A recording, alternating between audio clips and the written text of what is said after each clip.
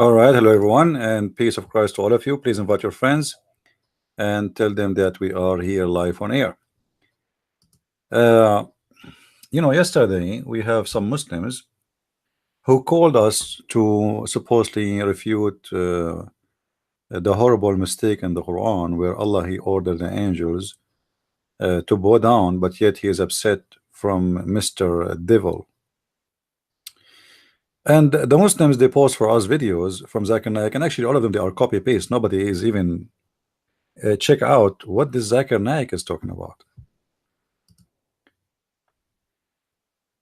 It's not a problem to be ignorant. The problem is to believe that you are smart when you are being ignorant.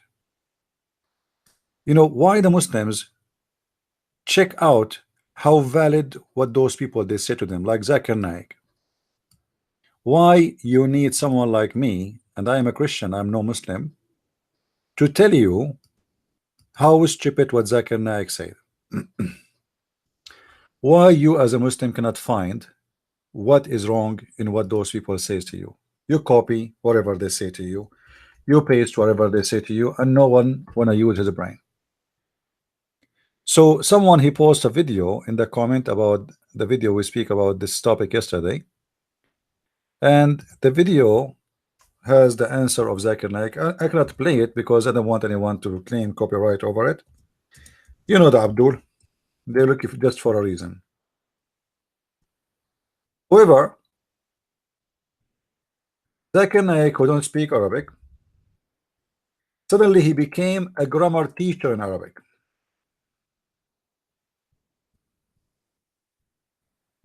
And he said, brother and sister, in Arabic there is something it's called in the grammar taglib. What is that? Taglib?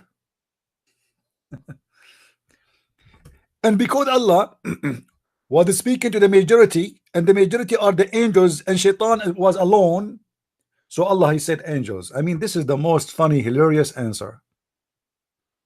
Where the Muslims they got the conclusion that Shaitan was the only genies there, and where they get the conclusion that the majority are angels. Did Allah report for you Muslims? Did Allah report for you the number of Shaitan and the number of genie they are located there? What you Muslims are talking about? The majority are the angels and the minority are Shaitan. Where it says that? Do we have any Muslim can tell us what's going on?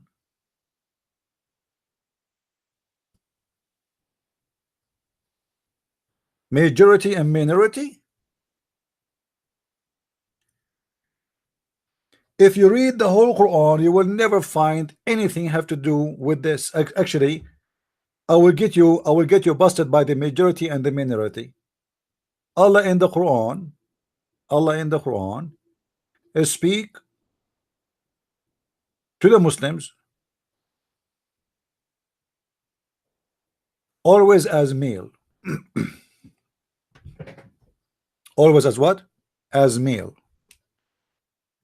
Rarely in the Quran you will find the Quran mention like male believer and female believer in the same verse. Mostly Allah speak to men, and we can prove it easy. If you go in the Quran,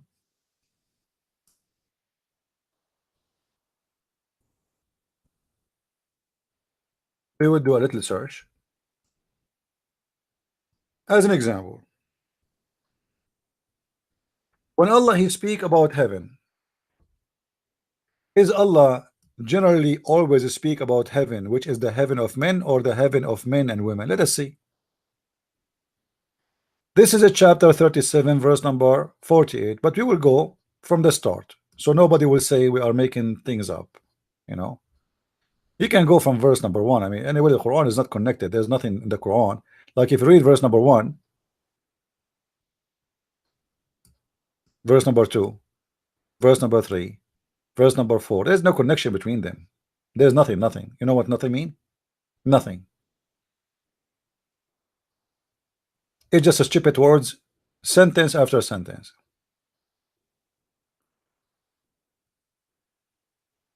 And then the Quran starts speaking about heaven.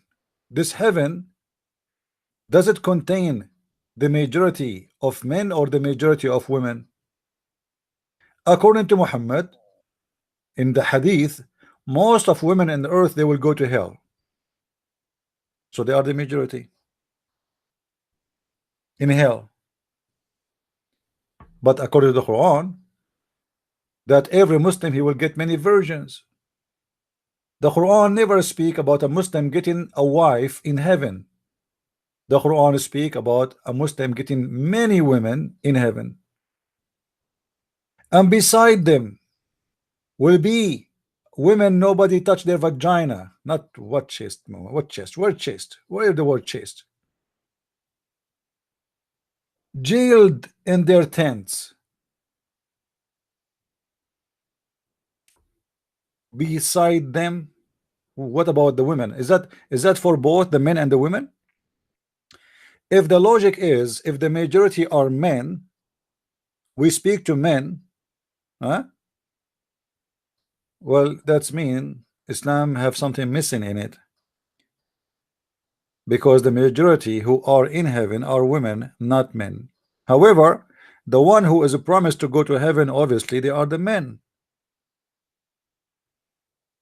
So can I say here, Allah is saying to men and women that you will have virgins, females?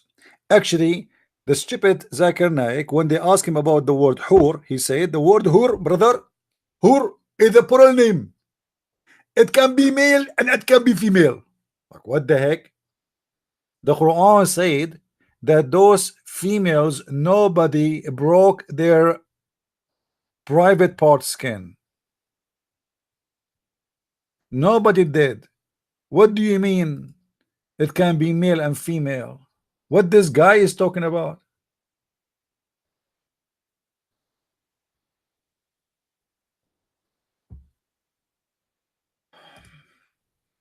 Let us see. All those verses in the front of you speaking about what Allah will give to the male. Read with me carefully. Whom never deflowered by a human nor a jinn. So Allah here is promising heaven for who? For the male or for the female? Allah is promising the female. A female, she is not deflowered.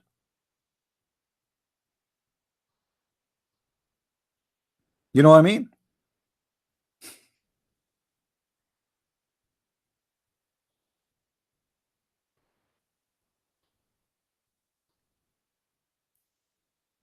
What make it more crazy to find an answer for this, that the Quran says that Shaitan is not the only one is there.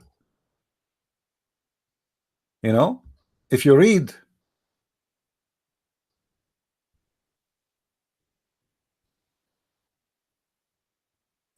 all the verses in the Quran, all those verses speak about this story.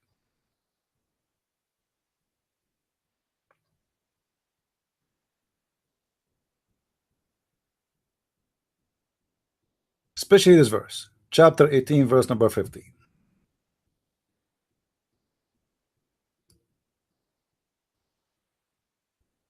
Behold, we say to the angels, bow down to Adam. They bowed down except Iblis.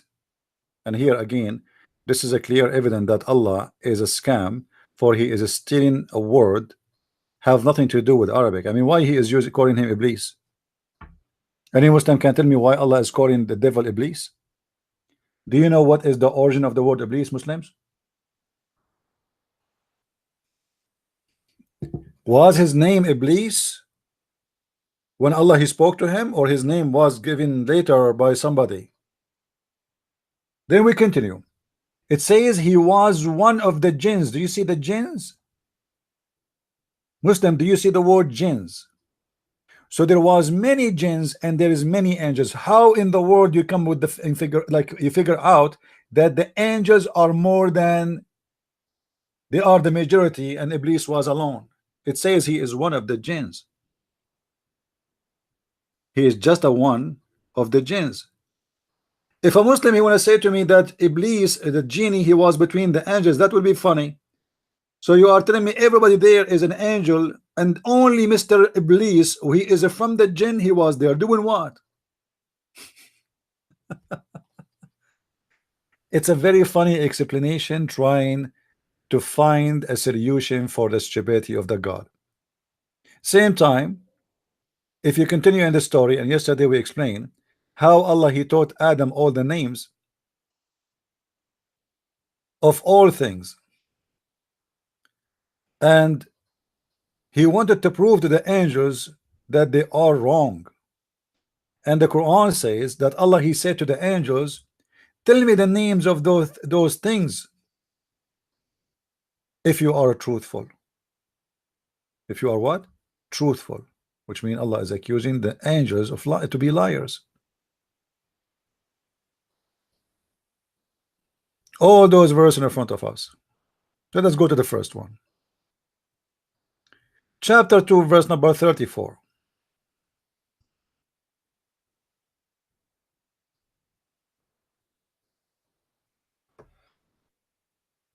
I'm going to go over the story of Adam today so we can laugh together about how many contradictions in the story of Adam.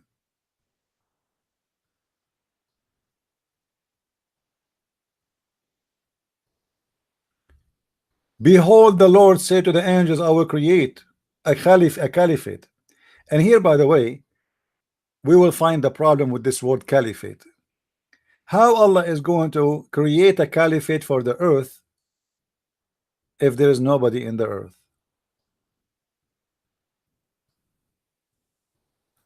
This is why there's a big part of the Muslims believe that there was people in earth. If you go to the book of Ibn Kathir, I think Al-Bidayah or Nihaya, the Ibn Kathir, you will find that Ibn Kathir is saying that there was a group of jinn who took over the earth, and Allah he sent Iblis with the great army of the genies to fight them, and he destroyed them. Actually, you know what? As long as I'm talking about it, let us show some reference so people will not say what this guy is talking about. You know the Muslims, you know. I mean, we show them reference in the front of their screen, still they accuse you of lies. So imagine if we say something without reference. They will go crazy. Let me try to find it. I'm sure I will find it.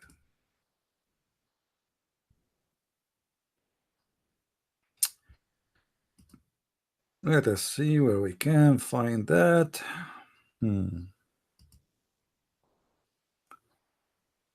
All right.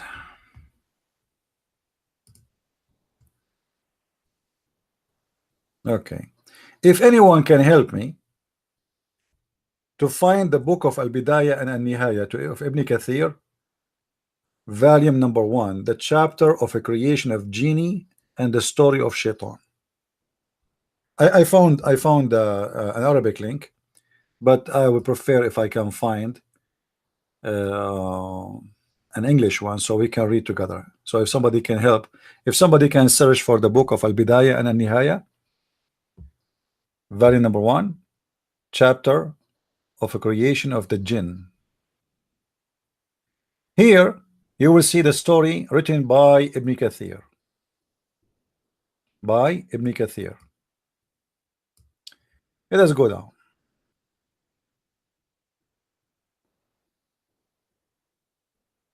Guys, I will translate, but if anyone, anytime you find something, let me turn first my Skype. Hold on, please. Let me turn my Skype on so you guys can text me the link.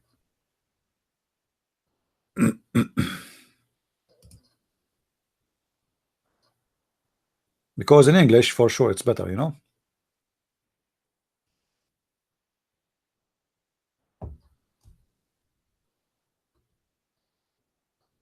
But the most funny person yesterday is the one who want to speak in Arabic, but he do not know Arabic. and he want to sing the Quran for us in Arabic, but he don't speak Arabic. How you can sing the Quran in Arabic and you speak Arabic? Because they are recording machines. They just make the sound.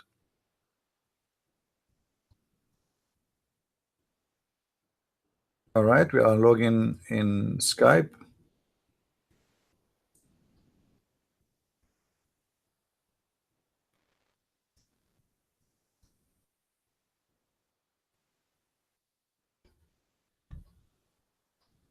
All right, we are there.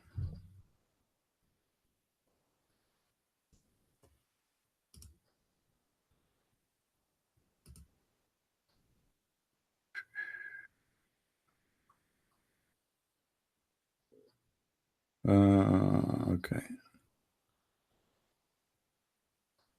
Let's see.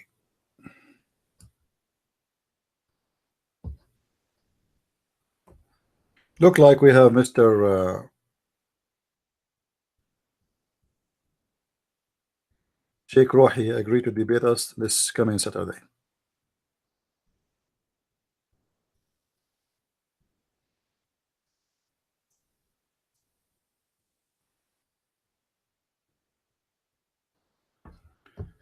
All right. For now, we have no choice but to go by the Arabic until we find English. It says here وذكر السدي في تفسيره.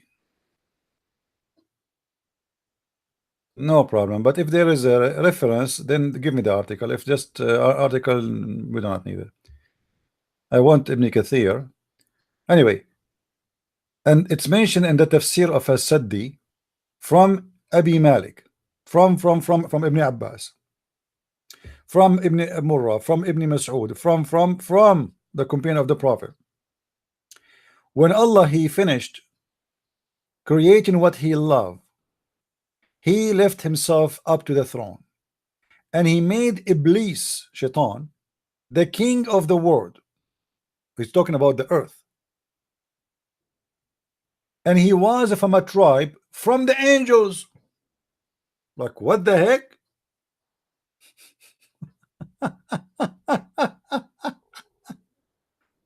What? Guys, do you see the madness? According to Ibn Kathir,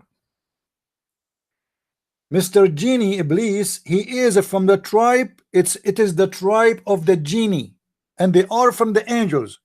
So the jinn is his tribe, but this is a contradiction because the Quran says that Allah he created the angels from light and he created the genie from fire.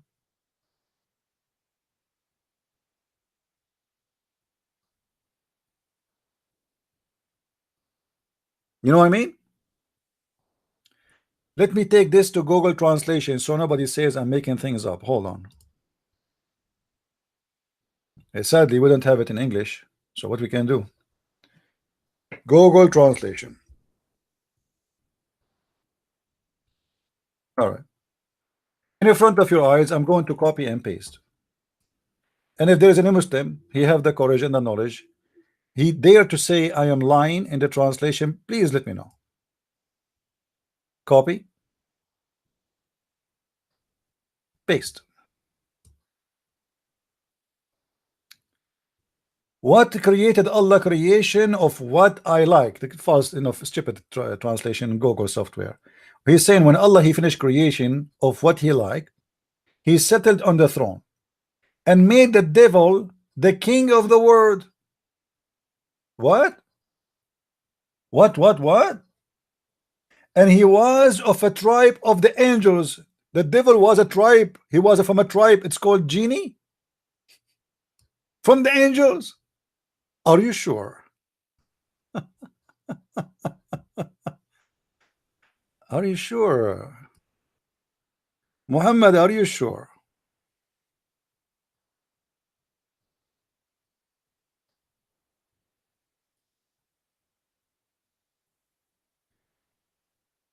And here he continues saying, but they called the jinns because they are the reservoir of paradise.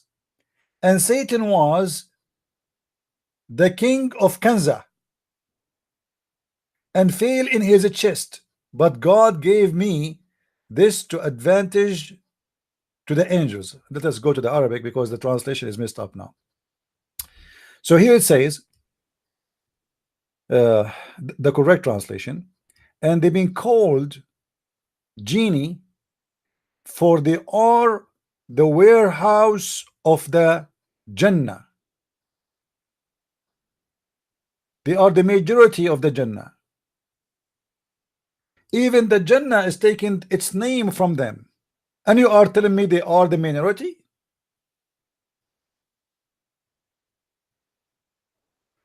You know me? Do you know, guys, what I'm saying? Even the word Jannah in Islam is a name taken from the genie. So in the Jannah, where in the name of the Jannah is the name of the genie, there is more angels from the jinn.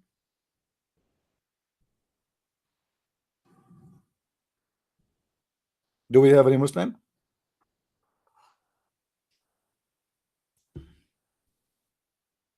And then continue saying, and Iblis with his kingdomship, he was a warehouse master,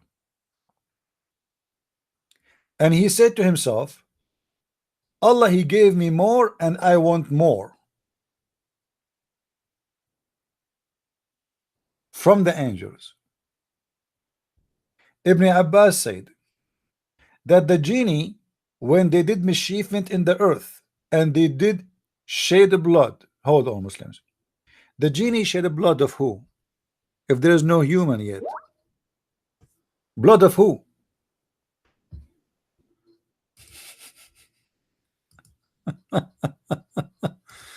Okay, somebody send me a link. Let me see if we can if we find that.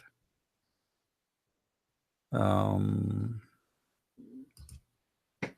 right, this website kind of funny, but we will try.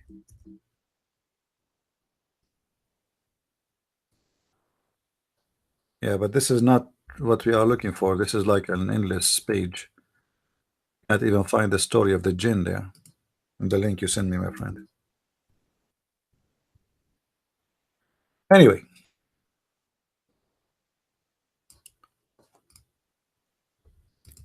so the genie, when they do mischievement in the earth and they did bloodshed, Allah he sent to them Iblis, and he have an army of the angels. Look. Shaitan is the leader of the angels. Allah sent Iblis with an army of the angels, and they killed the genie who did mischievement in the earth, and they kicked them out. They killed many of them, and they kicked many of them out of the land. What is that? I mean, they kicked them out of the earth, and they send them to islands and in the seas. If supposedly the islands and the seas are not in the earth.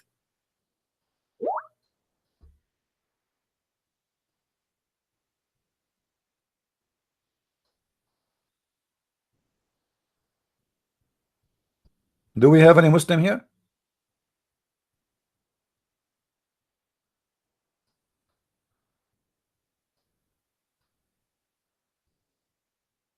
And then they continue saying,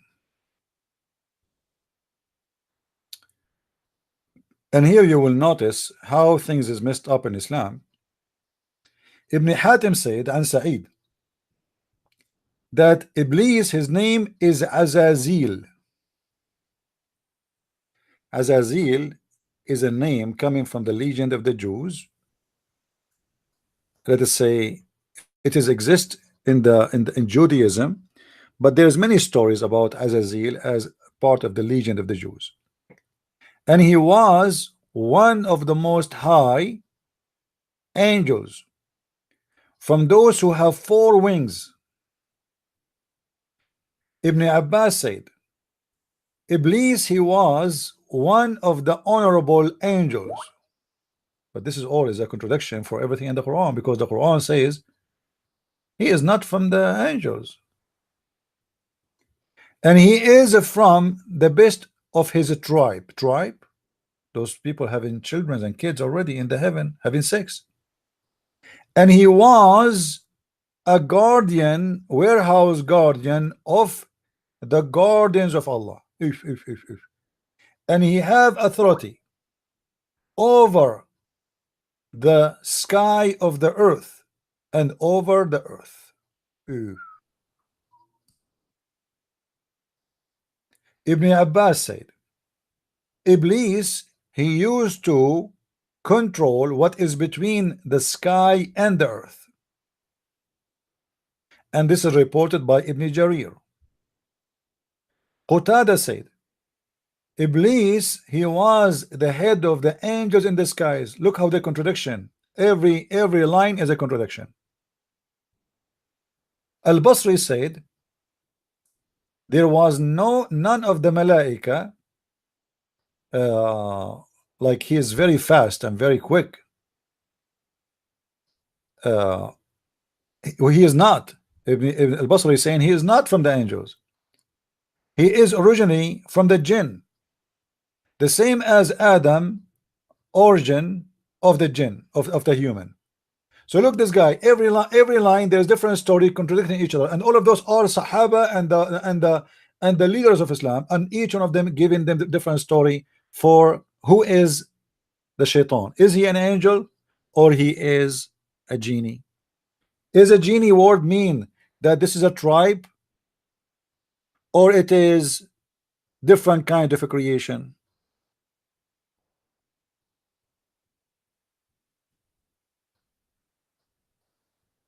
This is how much they are confused. And then they continue saying, Shahr ibn Hawshab and many others said, Iblis was one of the jinn which is kicked out by the angels. And then some of the angels, they let him get in. Look at this conspiracy. There's some, he looked like he bribed some angels. And then they took him to the sky. What? He was kicked out by Allah, but the angels let him get in? What a horrible thing. They said, when Allah he wanted to create Adam to be in the earth, him and his offspring after him, and images with images of his body with it. Iblis, and he is the head of the Jan. He is what? He is the head of the Jan. And he was the most practicing worshipper. If he was a very good Muslim. Iblis was a very good Muslim. And at that time, and his name was Azazil. Do we have any Muslim here? He have something to say?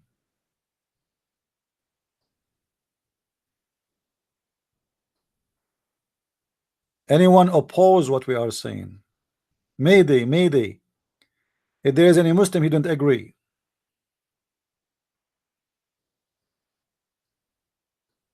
Anyone? Guys, don't forget to tell your friends, because today we switch the channel to broadcast here.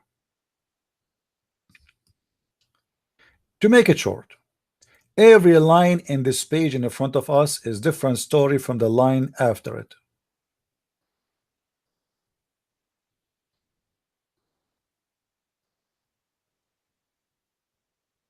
This is Islam.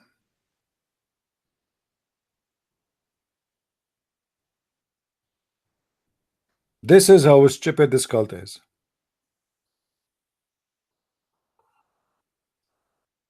One scholar, he says Shaitan is an angel. The other scholar says Shaitan, no, is not an angel. He's a genie. One scholar says that Shaitan is one of the angels and his tribe is a genie. They are very confused. If we go to the hadith and try to find some answers, what we will find?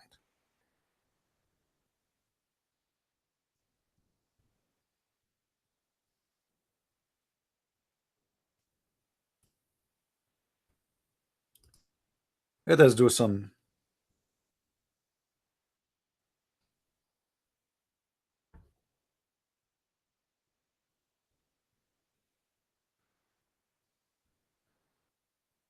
Okay.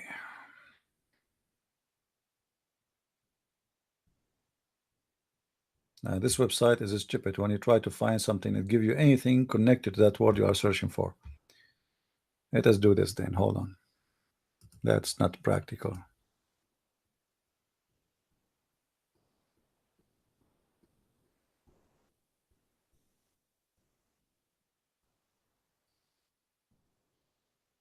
All right, let us see. We will try to find something with fast answers.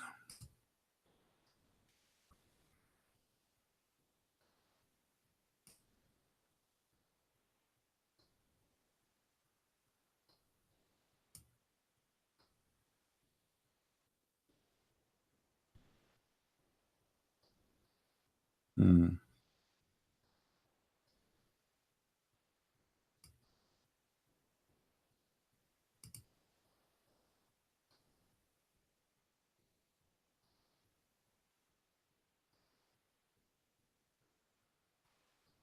Okay, let us see.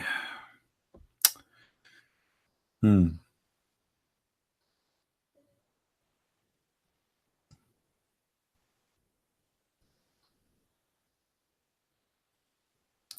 Yeah, but I do not want the maybe this book here, the PDF file. It might be illegal. We don't know, because Muslims, you know, they post books online for free. It's illegal. If you have a website published officially legally, we can use it. Um, Hold on.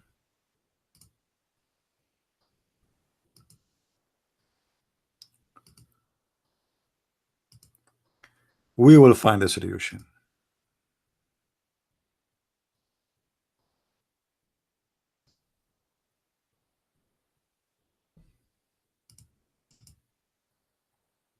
All right.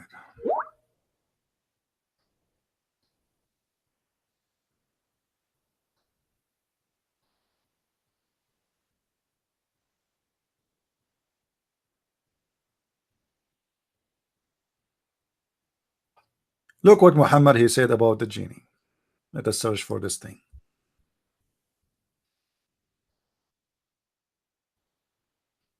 Allah Messenger said, "Don't perform stinja with dung nor with bones."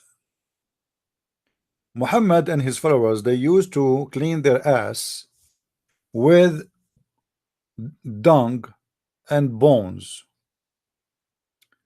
Muhammad he told the Muslims that the genie food is that they eat shit, excuse my language, and they eat bones. And the funny, Muhammad he called them that this is the food of your brothers from the jinns, which means this is the food of the Muslim genie. Remember here, Muhammad is calling those Muslim genie. Those are the brothers of the Muslims. Oh, sorry, no screen. Okay, hold on. All right, you see it now. Jami al-Turmudi, Allah Messenger said, don't perform istinja with dung. Don't clean your ass and clean yourself with dung nor with bones. For indeed it is the food of your brothers among the jinn. So those are Muslim genie, and their food, halal food, is, excuse my language, shit and bones.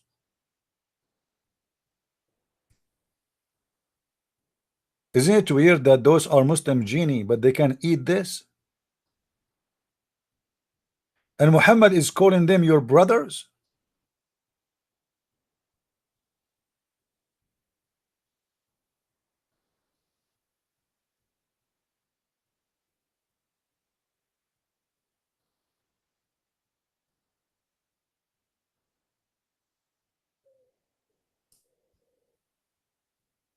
Let us see more reference.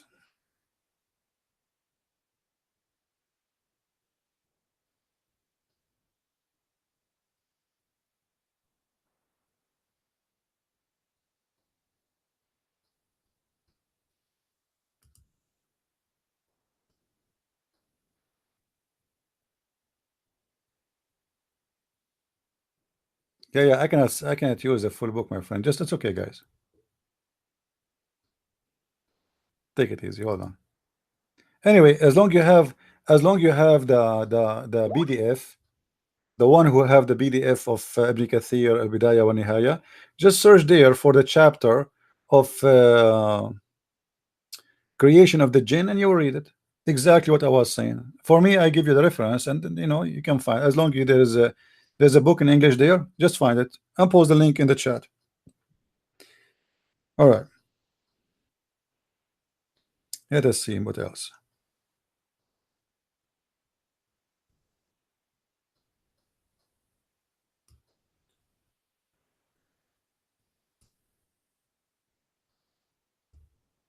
If we ask the Muslims, do the human, I mean the human, they die, right?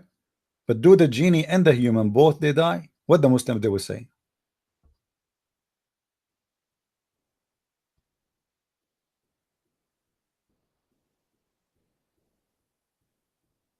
True art living that dieth not, while the jinn and mankind die. Who is talking? Muhammad. Muhammad claimed that Shaitan is one of the jinn, but yet the jinn they die. Notice here, Muhammad did not say the angels they die. He said genie and mankind they die. That means Iblis is dead.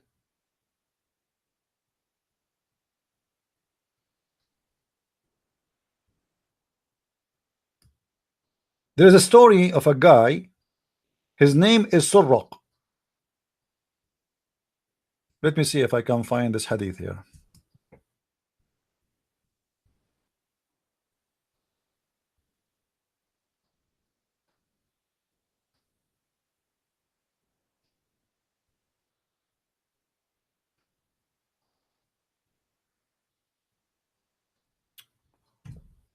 Yeah, this search engine and this website is horrible.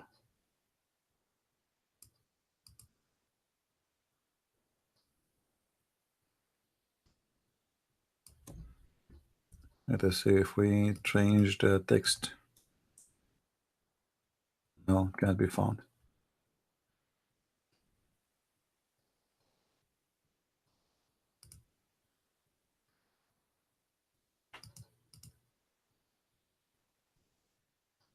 Anyway, you remember we showed you before that Shaitan, he laid 10 eggs, and then from every egg there is 70 Shaitan, and Shaitan they come out, and which means at the end of the day there's more than 700 Satan is, let us say, born every day.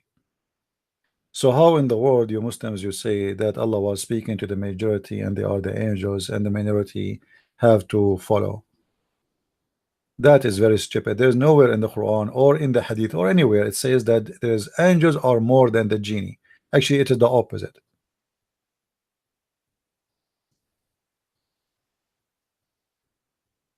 It is the opposite. And I'm talking according to Islam.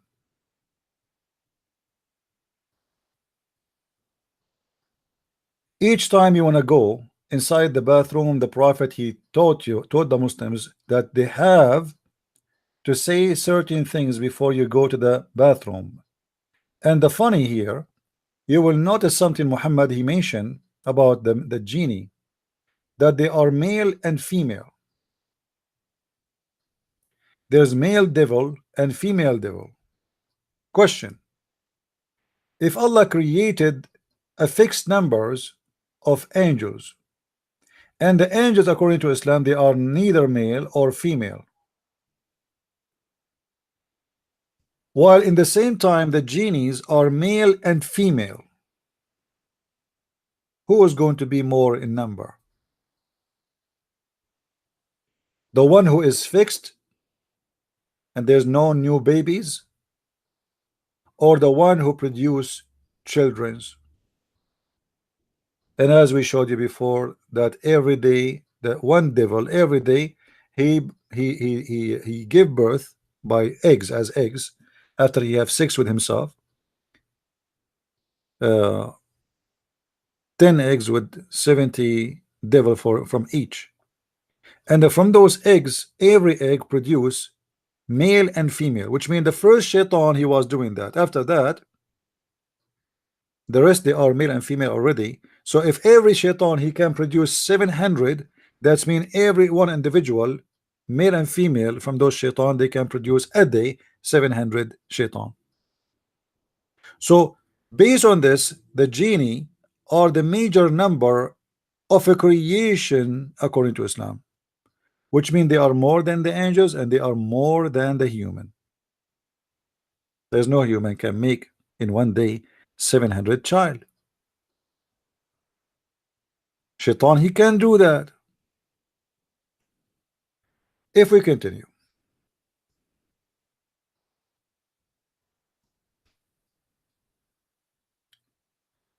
whenever the messenger of Allah entered the toilet, he would say, أعوذ بالله منك من خبثك والخبائث. I seek refuge with Allah from the male and the female devil. How in the world and why in the world Muhammad is afraid of the female devil?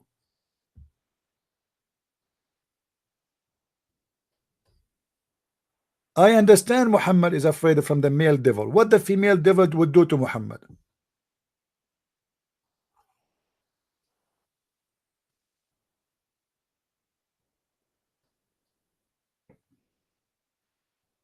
Any Muslim can tell me?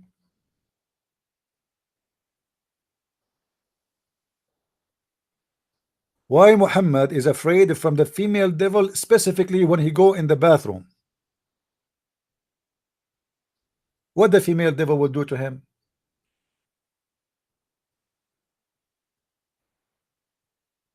Any Muslim have a solution? What a person do in the bathroom, guys?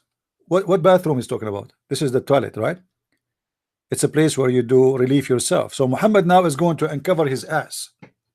So what is the worry of Muhammad? Any Muslim can tell us what the male devil will do to Muhammad and what the female devil can do to Muhammad in the toilet? Yeah, actually, the Muslims, by the way, they have descriptions of the female genie. They say that if a Muslim man he see a woman and she have a very long dark hair, she is a genie. You know, like some women they have a really long hair, like her hair, let's say, touching her knee. They think she is a genie. This is not a human.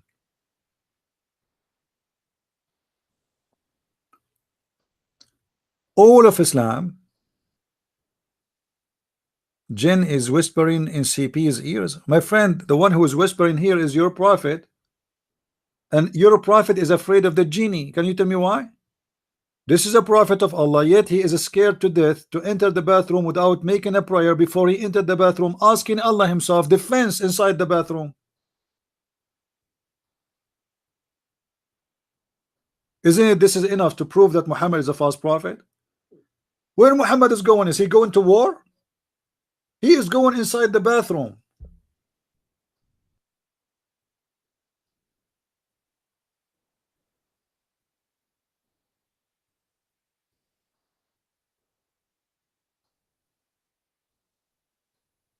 Any Muslim want to tell me what's happening?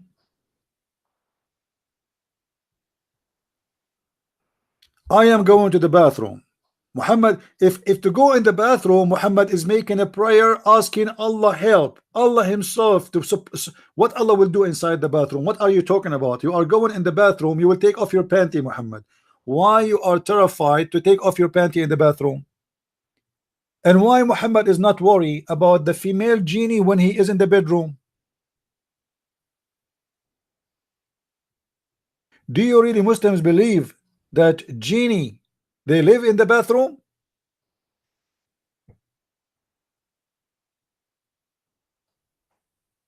Hmm? Is that like the room for the genie? Yes. Even Muhammad he said, don't piss in a ground hole. Anyone knows why? Because genie live there. So genie, they eat poo-poo and bones. Genie, they live in the bathroom. Genie, they live inside holes in the ground.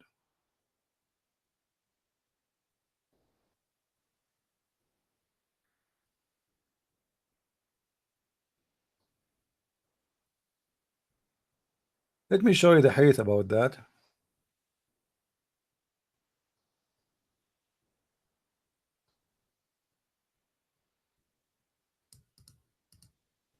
Maybe we can find you something.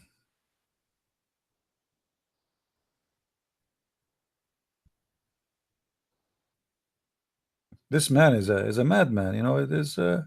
What is that? Whenever the prophet he went to answer the call of nature, he used to say, Allahumma inni a'udhu bika min al-khubthi wal-khaba'ith. Oh Allah, I seek refuge. In the bathroom, what will happen in the bathroom? Muhammad, should we, you know, guys, why we don't start an insurance company and we sell Muslims insurance for the bathroom insurance, and we make them agree with policy that anything happened to you in the bathroom by the attack of the genie, we will pay you 10 times. And because there is no genie exist, there is no way for a Muslim can claim such a claim. Genie attack in the bathroom, female genie and male genie.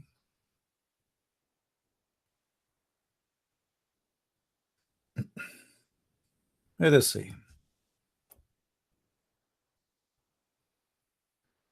This one we cannot find it.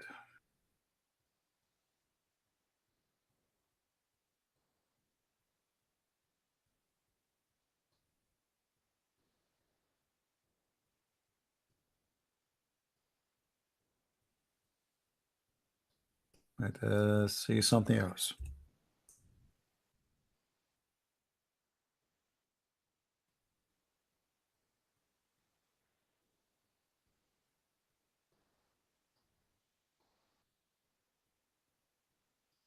And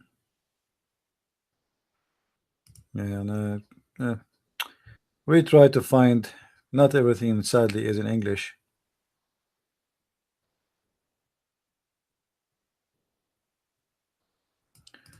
Let's go to the Quran. Try to find something funny in the Quran about the genie.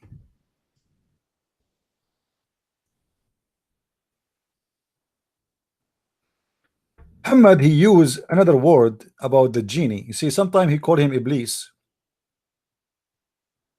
which is not an Arabic word. You can search it in Google and see where is Iblis coming from. Sometimes he called him genie, which is not an Arabic word. And sometimes he called him Afrit. Afrit? Who is Afrit? Mr. Ifrit min al-Jinn. Let us see what the story of this Ifrit. Who is this guy?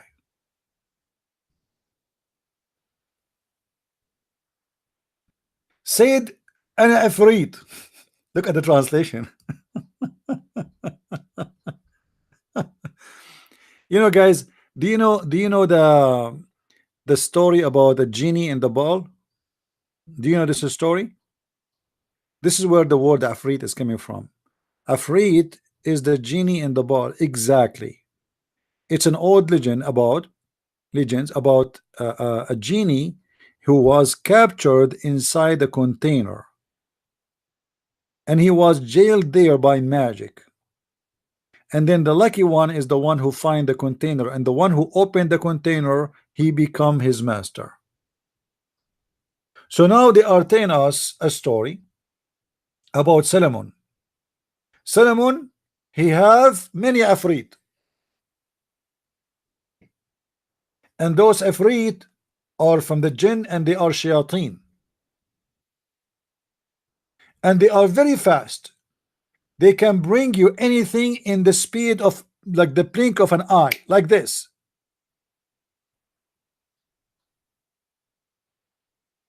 Guys, look what Abraham said. Abraham is a Muslim. Guys, did you see what Abraham was said? Abraham is a Muslim. Let me show you what Abraham said.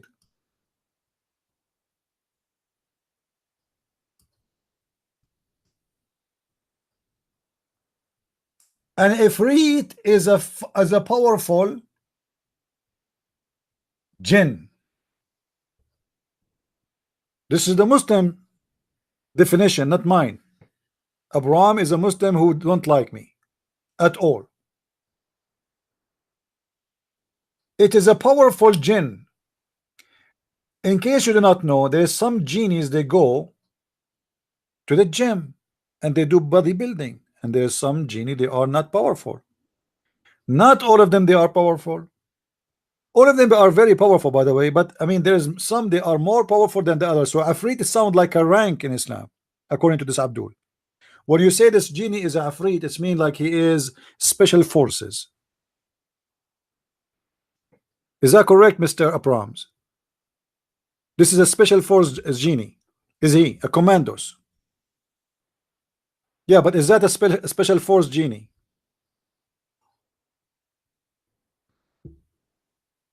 Is he a special force like commandos, marines?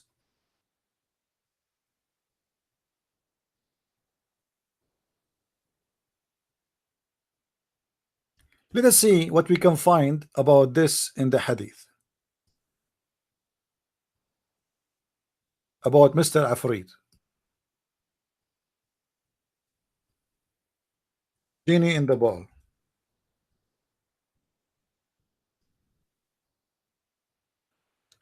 Look what happened with Muhammad when Afrit he came to him.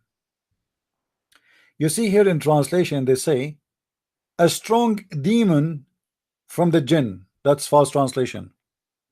Muslims do not believe in demons. Do you see it? Muslims do not believe in demons, and genie is not a demon. He is not a spirit. He is a creature who eat and shit, and he have sex, not demon. Here it says Ifrit. Ifrit, not demon, liars. Ifrit. I'm using my mouse to type. So it is Mr. Ifrit. The Prophet said, a strong Ifrit, a strong Ifrit from the genies came to me yesterday. When? Yesterday. Suddenly. So as to spoil my prayer. But Allah enabled me to overpower him. So I cut him. And I intended to tie him to the pillars of the mosque. The Prophet, he tied the Afrit. Hold on, Sharon. Guys, do you see what I'm saying? The Prophet of Allah, Ifrit, and Abraham, he just told us Ifrit is very powerful. Is a super. This is like the special force of the genie, the most powerful ones. He came to the Prophet, and the Prophet was praying, and the genie was doing this. You cannot catch me. You cannot catch me. Huh? And then the Prophet, he captured him. He captured the genie, and he intended to tie him up to the column. Hold on. We just saw Mr. Abraham saying that genies can change their shape. Guys, did he say that? Did Abraham say that genie are shape shifters? Did you see what he said? Let me put it for you in the screen. Genies are shape shifters. What does that mean? They change their shape. Question, Mr. Abraham. As long those genie they can change their shape, how you can capture any? How you can tie him? Because if you tie his hand, he can make his hand smaller and he will release himself. If you tie him from the neck, he can make himself without a neck. He can make himself a snake. So how he can tie him? And you just admitted that they are shapeshifter. Not only that, genie, he can go invisible. Is that correct, Mr. Shapeshifter genie? Yeah, they can appear as a human and they have sex with them, correct? I agree. Yeah, yeah. But let me ask you, isn't it you Muslim believe that genie can go invisible and nobody can hold him? He can go through walls. So how Muhammad he captured this guy? Isn't it the Quran says, يَرُونَكُمْ وَلَا تَرُونَهُمْ? They see you but you don't see them. Is that correct, Abraham? See, this is guys in their true shape. They are invisible, so he can go back to his true shape. So what Muhammad mean? He captured him. How you can capture a person who is invisible, who can go invisible any second he want? Do you Muslims use a brain? If this guy, let us see, he is now coming to me as a donkey. Okay, I hold him, but he can shift his shape. He can be invisible, which means he can be nothing. He can go walk through walls. How I can capture such a creature?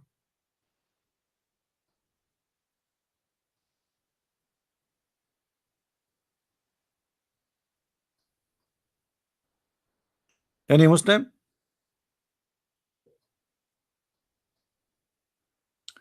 And then Muhammad, after he cut the genie, he intended to tie him up to the pillars of the mosque.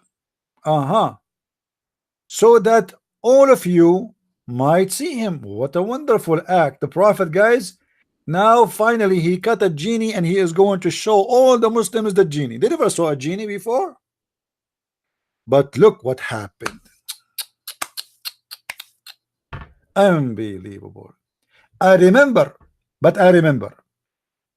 the invocation of my brother Solomon, and I grant me a kingdom such as shall not belong to any other after me. What does have to do with capturing the genie? You captured the genie, and now we want to show him to the Muslim. What Sulaiman he said in the Quran have to do with this? So the Prophet he let him go.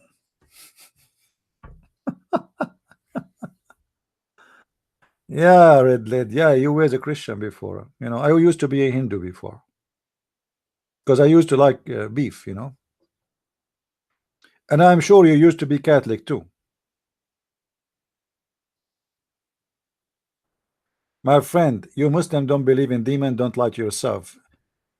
In Islam, you believe in genie, and genie they are flesh and body, and they have sex, and they have penis, and they have vagina. Even the Quran witness for that. That genies, Muslim genies of Allah, they have sex with Muslim women. The Quran says,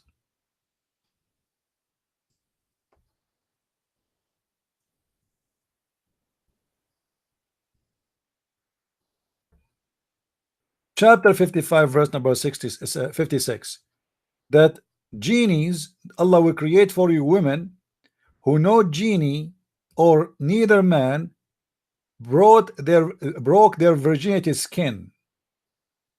Broke their virginity skin. So what do you mean they are what they are? How somebody he is not a human, he can have sex with the women? Any Muslim can tell me?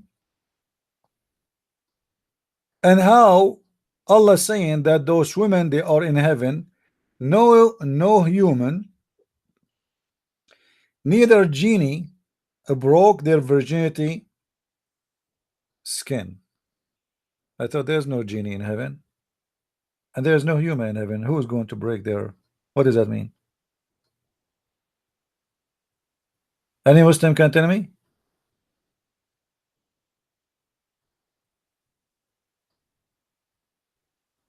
You see a translation here, all is false. Untouched doesn't say untouched. It says here,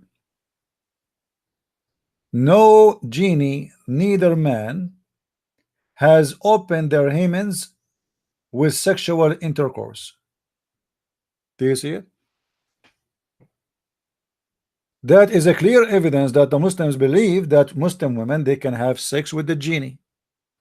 This is why if you go and search in the web, you will find tons of articles made by Muslims speaking about a Muslim man or Muslim woman having sex with a genie.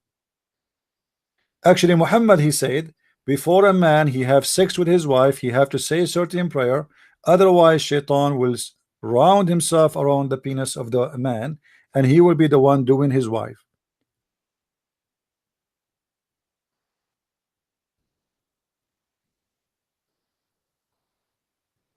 According to Muslims, anyone who have a cross eyes, this has happened because shaitan, he share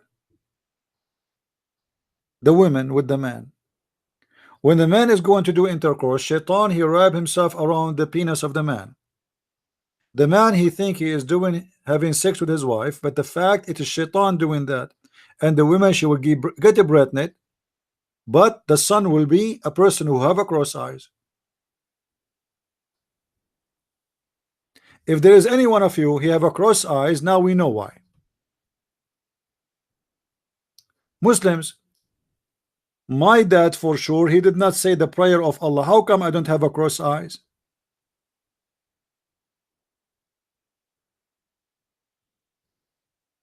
Any Muslim can tell me?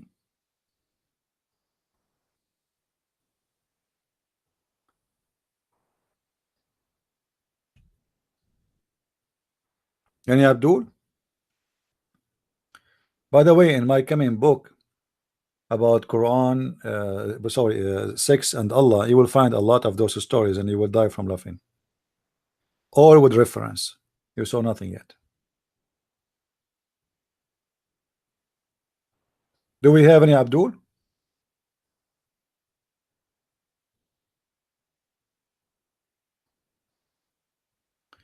According to Muslims, there is many kind of genie. One is called Afrit, and Afrit is the most powerful genie. Then the second part is the one who they are stupid, and those are called Sufaha'ul Jinn, which mean the silly stupid genie. Those are the one who hurt a human being and cause them diseases like being possessed or have epilepsy. And the third kind of genie is the one called the Ghilan, and Ghilan is a polar name of the word Ghul, and they are the magician of the genie. And those are the one who heard the children of Adam. Let me see if I can find you something in English about that.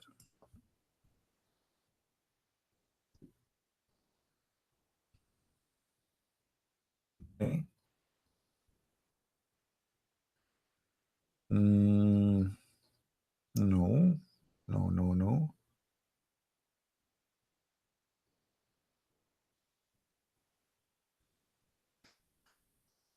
Oh, hold on here. I found something actually I should mention.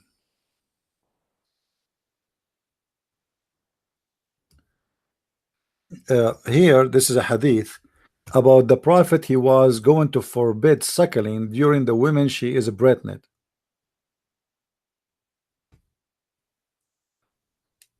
Why the prophet he want to forbid that? Because he was afraid that this will cause a problem. You see the superstition of Muhammad. But then he noticed that women from the Greek people, the Roman and the Persian, they are doing that and their children are fine. So he decided not to forbid it. And this is again additional proof that Muhammad is a man who fabricates things. He make decisions based on nothing. Look at here.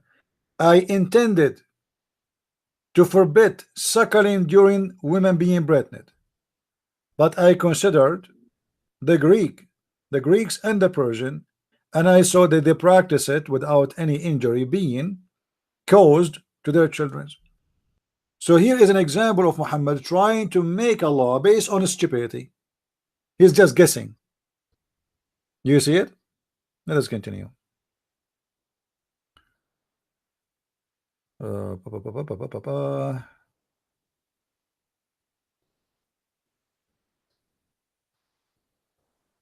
Look like we cannot find this one in English. All right.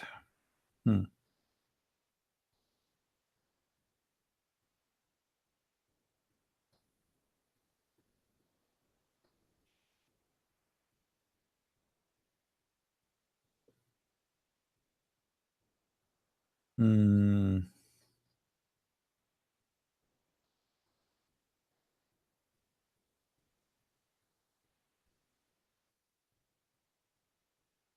I'm just trying to find some stories in English. All right.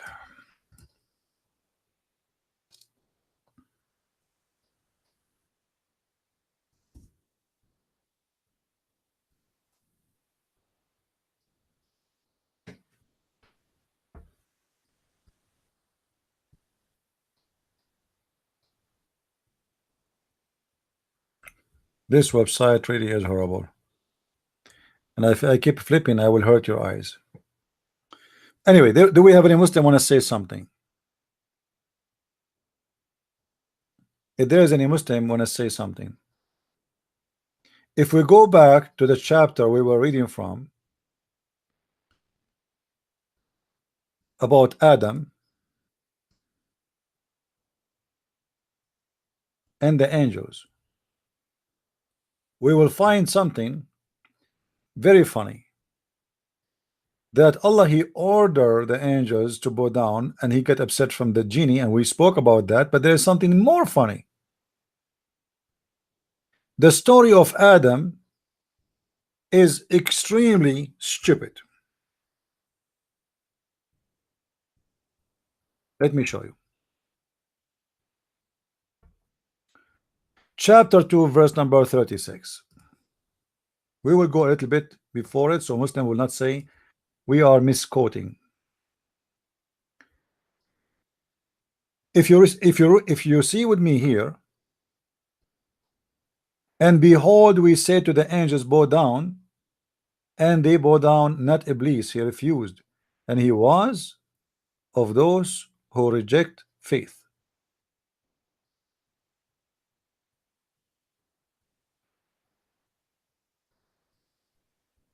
This is one side of the story. We go to different verse because I want to compare between two.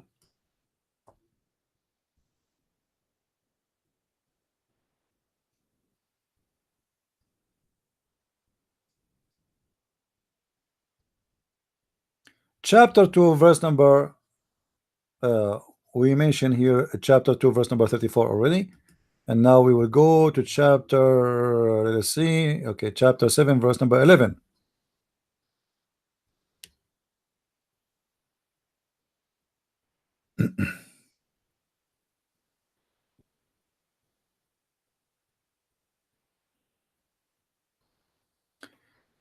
In this verse or this chapter, the story became more clear. What happened after Shaitan, he disobeyed Allah and he refused to bow down to Allah, sorry, to Adam. Read with me carefully.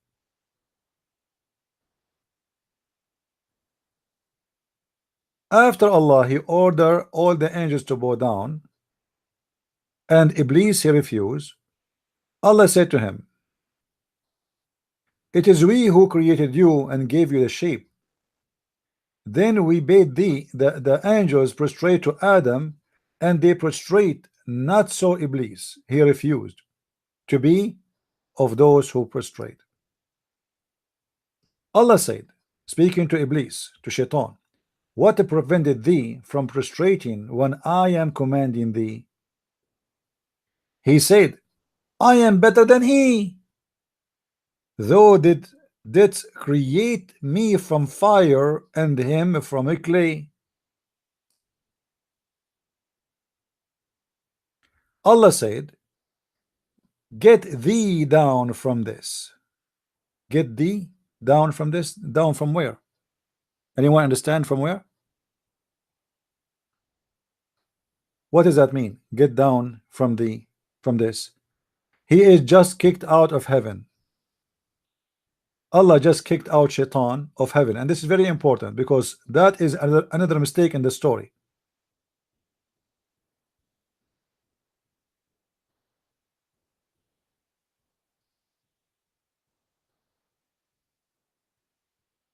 Any Muslim?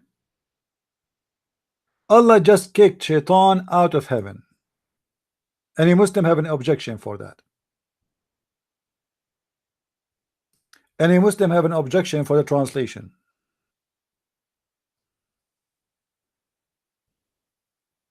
We can go right now and we can check the interpretation for this verse, and they will see they agree. Allah, he told Shaitan to get out of the heaven.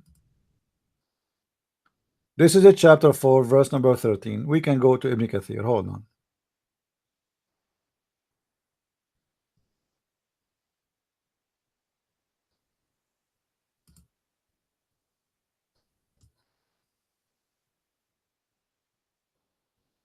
Okay. 13, 14. Ibn Kathir. Read with me carefully.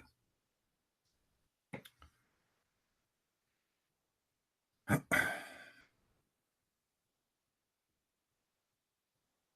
hold on.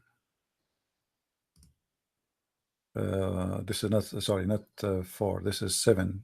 7, 13, yeah. 7, we made a mistake. What?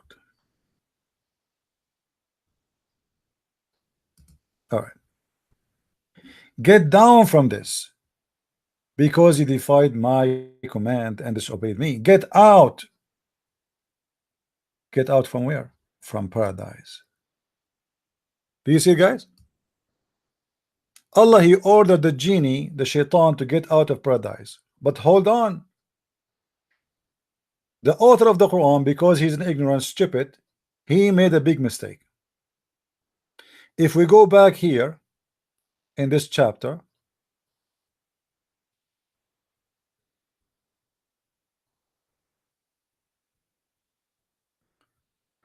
when Allah, he ordered Iblis and he did not bow down, in the Quran here doesn't tell details because the Quran is mixed up. The rest of the story is actually is in chapter 7, verse number 11, 12, 13. Here suddenly the Quran stopped and jumped to speak about Adam. We said, O Adam, thou and thy wife in the garden, and eat from beautiful things therein. So Allah now told Adam, he created Adam now, and he said to him, okay, Adam, enjoy the garden. But look what happened. Then did say Shaitan make them slip from the garden. Hold on. How in chapter 7, verse number 13 and 14, you just said to us that Shaitan is kicked out of the garden? And how now he is in the garden deceiving Adam and Eve? Are you with me, guys? Do you understand what I'm saying? He just kicked him out of the heaven. When Shaitan he refused, to bow, he refused to bow before Adam was created yet. Remember that Allah was saying to the angels, I'm going to create someone. He did not create him yet. And he refused to bow down, and Allah kicked him out of paradise. Okay. Then Allah, he created Adam and Eve in paradise, and he told them enjoy it. How in the world Shaitan came inside the paradise and deceived Adam and Eve?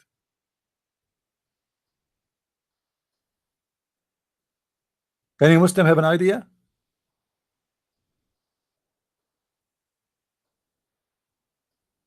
As usual, Allah knows best.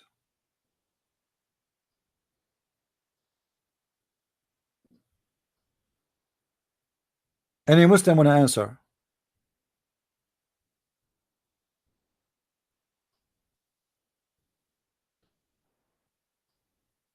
Anyone?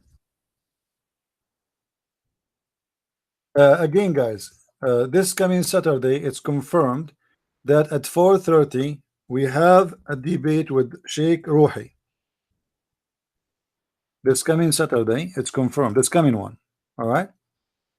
We have a debate with Ruhi, Sheikh Ruhi from Egypt at 4:30. So please get your popcorn and get ready. It's going to be fun. And for sure now Sheikh Ruhi is prepared and he trained himself and he is he is ready. Maybe first time we took him into surprise. So this time there is no way. You know what I mean? This time there is no way. I mean, first time, okay, he was not aware of what's going on. Hello? Is that Aisha? Is that Aisha? What a kid. A Muslim. The wife of the Prophet, at the age of 6, she became a wife. I will not be surprised if this is one of her toys. Especially the hadith says that the Prophet, he entered upon Aisha at the age of 14 and still she was playing with her dolls. The poor girl, in the age of 14, she is playing with her dolls.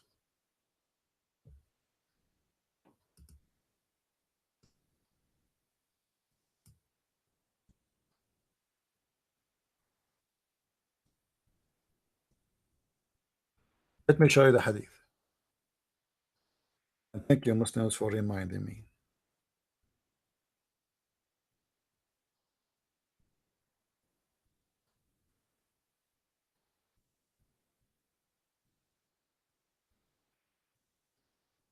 All right, let us see. There we go. And guys, here I will show you a great example of the lies of Muslims when they translate. If you read here in the hadith, anyone see in the hadith anywhere it says my daughters in the English? Anyone of you see the word my daughters? No way. It doesn't say anywhere my daughters. But in Arabic, when Muhammad he asked her, when he saw her playing with her dolls, at that time she was 14 years old. Muhammad, he saw her playing with dolls. One of them have the look of a horse and the other look have the look of babies, and specifically girls. Muhammad, he said, what is this has on it? She replied, two wings. He said a horse with two wings. And this is where Muhammad he got the story of Sulaiman. She replied, haven't you heard about Sulaiman had horses with wings? You see, even the child Aisha, she heard this story. This is a very popular story learned from the Legend of the Jews. But here in the translation, there is something missing. The Muslim translate, when Muhammad he said, what is this? Muslim they translate saying, she replied, my dolls. That is not true. She did not say my dolls. She said my daughters. My daughters. Let me see. Let us get them busted. This is why you cannot trust a Muslim translation anyway, any mean.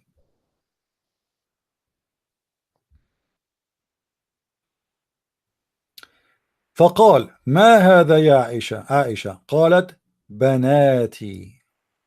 Google translation. Copy paste.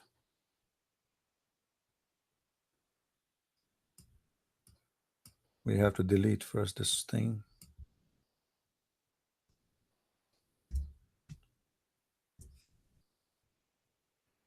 Look like because here we have this thing. Let us take it off. I am what? Or a Christian? What is that? Let us see now. Made mistake. It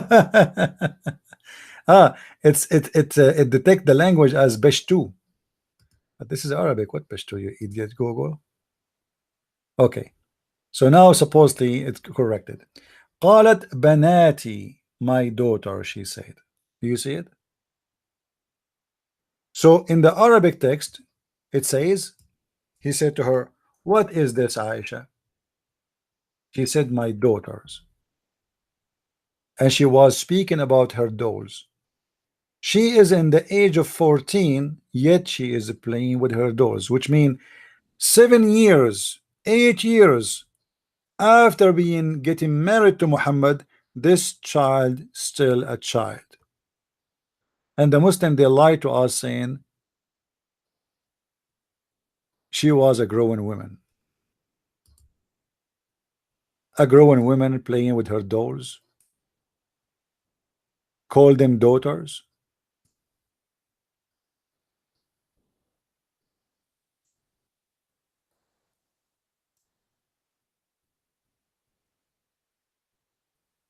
Yes, the word bint mean a daughter, banat, daughters.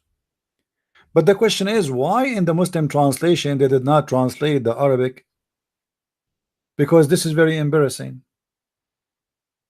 The wife of the prophet, I mean, isn't it even like now, after they try to hide the true translation, is it embarrassing that the prophet wife, she is having dolls, she's a child?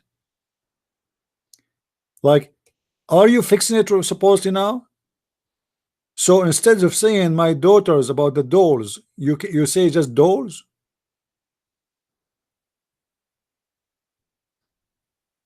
This is very embarrassing. What a prophet of God have to do with a child like this? What he want from her? What exactly he need? This man, he have all the women he can have.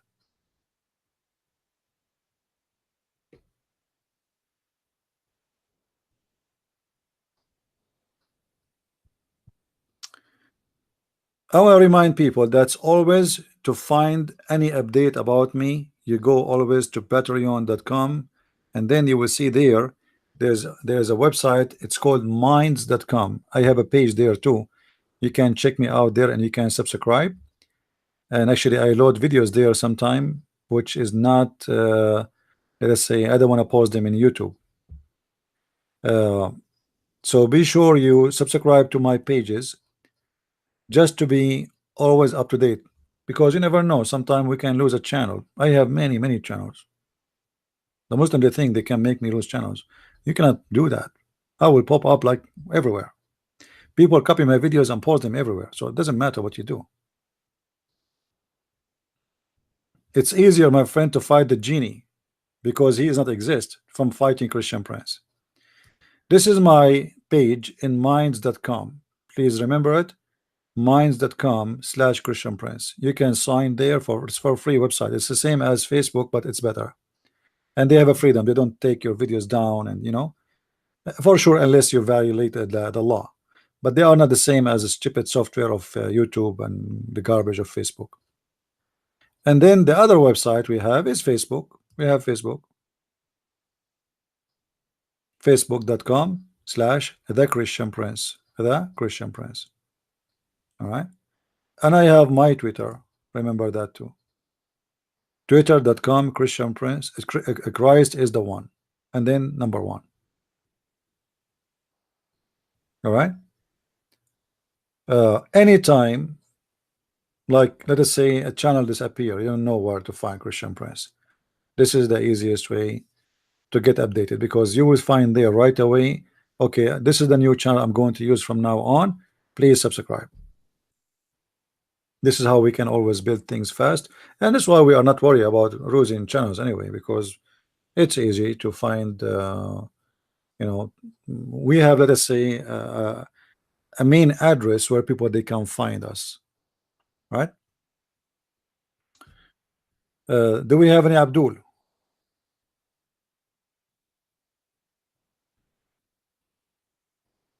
Any Abdul is around? No Abdul. Okay, well, sound good. No Abdul, it's mean no Islam. Look like the Muslims, they learned their lesson that they are no match. And I hope that's this guy Sheikh, and actually I think this what will happen. I think Sheikh Rohi, he will debate me this coming Saturday, and then he will keep coming to debate me more and more. Anyone knows why? Why he will come to me and debate me again? I mean, last time we have debate, it was horrible. Seriously horrible. This guy, he left the debate without bones. Why you want to come again? Simply, if you are a person who is very well known, and you have a lot of followers, and it's a career for you. This guy, he make living from this. Call himself sheikh, teach people in the mosque, and then suddenly in front of your followers you look really bad. So this man, this coming Saturday, he's trying to come back to get back his honor, which is scattered left and right. But next week he will come back and he will not get back his honor. It's going to be even more horrible. So what he will do then? He will come back. It's the same as a gambler. The more he lose, the more he want to play more. Yeah, he's a real sheikh. That's what he claim. I mean, and that's what the Muslims they say. I never met him. What I can give you, Sheikh Rohi is the same as the rest of the Muslims. They are from the kind who says Allah knows best, and they are the kind who say something now, after 5 seconds they deny what they said. And he is of the kind who say anything will hurt Muhammad, he will play taqiyya. All of them, all the Muslims are the same. You know what? Let me tell you what is a sheikh in Islam is. Sheikh in Islam, as the Quran gives definition, is someone who know nothing. It's just someone who says I believe. Correct? Isn't it the Quran saying that? The Quran call the scholars of Islam is the one who say we believe, not the one who knows what they believe in. Read with me.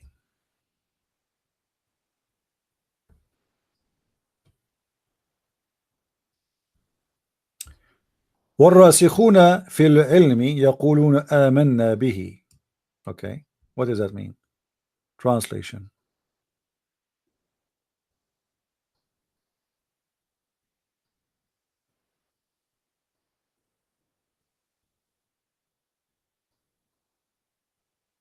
Read. The Quran confirm that there is a huge part of the Quran nobody knows what it means save Allah. None knows its explanation save Allah. Look how smart this God. Look how smart this prophet. He gave them verses and nobody knows what they mean save Allah. Let us take the address from the screen so it doesn't bother you. None knows its explanation save Allah, and those who are of sound instruction say. What sound instruction? The scholar, supposedly the sheikh is the one who say we believe therein, not the one who understand. So in Islam, in order to be considered as a sheikh, it's not necessarily to be a person who understand Islam, but it is necessarily to be a person who say we believe in it. Do you see it? You can change the translation, doesn't matter, you know. All Islamic translation is false anyway. And those who are firmly grounded in knowledge say we believe in the book. Why they are firmly grounded? Because we say we believe in the book. So what is going to give you the title of firmly grounded in knowledge is to say we believe in the book. That all the requirement. You say I believe in the book, you are firmly grounded with knowledge. So to be a sheikh in Islam is not necessarily to be a scholar, it's just to be saying I believe. As simple as that. And to be a Muslim is not necessarily to be a believer. Who said you need to be a believer? You see, Islam is different kind of religion. You just say Shahada and you do not need to be a believer. It's not required to be a believer. If we go in the Quran, you will find the following.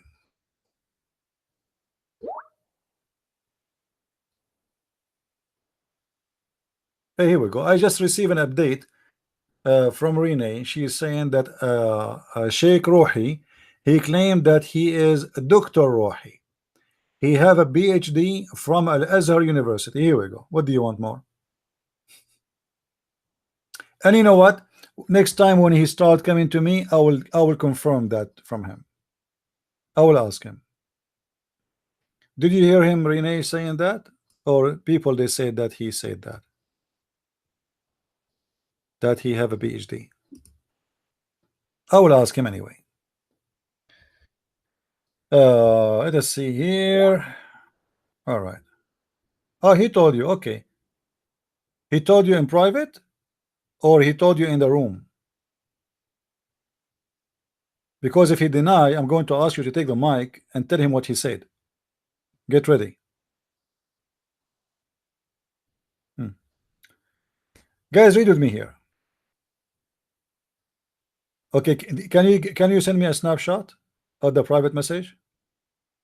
Can you send me a snapshot, Renee? Good. See, guys, she have a screenshot of it. That's wonderful. In front of us here, the Quran said, chapter 49, verse number 14.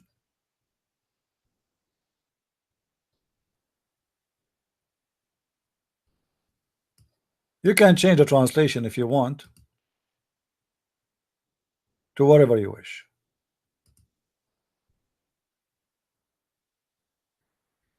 The Bedouin says, the Arab Bedouin, we believe. Say, you believe not. So the Bedouin, the Arab, they say, we believe. We are believers. We are Muslims. We are believers in Islam. Muhammad, he gave them Quran saying, say, you believe not, but you only say we surrender, which means we became Muslims. You see, the word Muslim is not peace as they would lie to us. It's a word mean you surrender. So those are people who they say we are Muslims, but they are not believers. Do you see it? Muhammad saying to them, don't say you are a believer, say you are a Muslim. Don't say you are a believer, say you are a Muslim, because they are two different things. A Muslim is somebody who surrender. A believer is somebody who believe. So it is not necessarily to be a believer in Islam in order to be a Muslim. As you see in front of us here, those are Muslims, but they are not believers. And the one who's saying that to them is Muhammad, God. Say, we surrender, don't say we believe, for faith never entered your heart. How in the world those people, they became Muslims, but faith never entered their heart? Because Muhammad, he gave them warning in a previous verse, saying to them, you are going to be called for a war with the Arabian Muslims, and we will kill you unless you convert to Islam. So those people, they, to avoid being killed, they says, okay, we surrender. And they told Muhammad, we surrender and we believe. He told them, I know you don't believe in me. Don't fool me. You don't believe. You are a Muslim. You are just a Muslim. And this is why Islam is a is a big is a big scam. Because how you can be a Muslim but you are not a believer? That means people are Muslims not because they believe in it. As simple as that. Guys, this is the snapshot from the phone of Renee. All right. I'm going to show you in the screen. So now Sheikh Rohi, I don't think he will say that unless he's really what he's saying. This is Sheikh Rohi in Paltalk. You are a doctor. I thought they said you are Sheikh. I mean, he answered, I mean I have a PhD. Well, he is a Sheikh. He is higher than, you know, if you have a PhD doesn't mean he is not a Sheikh. PhD is a person who is a Sheikh already. Sheikh is somebody have the authority to teach. PhD is higher because you can be a sheikh if you have if you graduate from Azhar University, like 2 years of study or 1 year study, you know. Uh, but here he confirmed that he have a PhD, so now he cannot. So she asked him, Al Azhar University. He said yes. Do you see it? So if he want to deny his own statement, that will be a problem for him. I don't think he will say such a thing because he know that she will tell everybody and everybody will laugh at him if he is lying about it. And he have his own private room and he have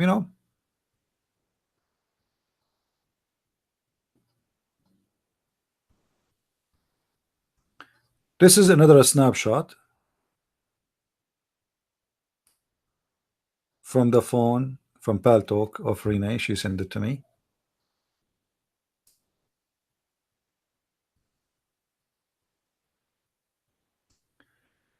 CP want if you can text you can next Saturday same time if you can do the debate mean. He said okay. She asked him where you go to university. He said sure, which mean about Saturday. I am doctor. She said, do you mean what time or what country? He said now answering, or she said, you sorry, you are a doctor. I thought they said you are a sheikh. He said, I mean I have a PhD.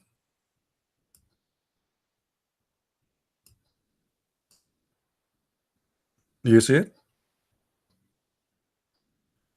And the Muslims, they said that this guy is a setup, it's a theater. He is not even a Muslim.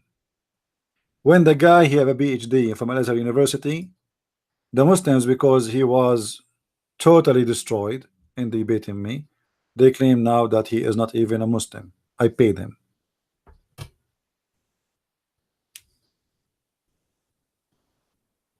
In Islam, there's many branches. Who care? All is same garbage. Does it make a difference anyway? Al-Azhar University, the Muslim, they claim that it is the highest university in the world. The Azhar University, excuse my language, is an official donkey university. If you don't have a grade, if you cannot make it, you go and you register in Azhar University. You know what I mean?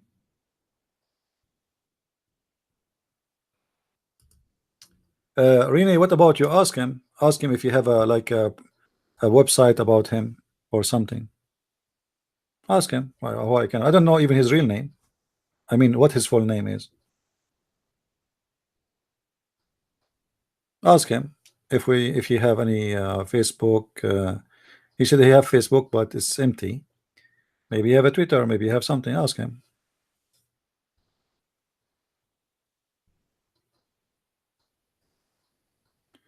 Dawa, he want to call me, and why he don't call me? I am live on air. He can call me. Whoever wanna call me, he can. I am live. We'll go. Let me get some water.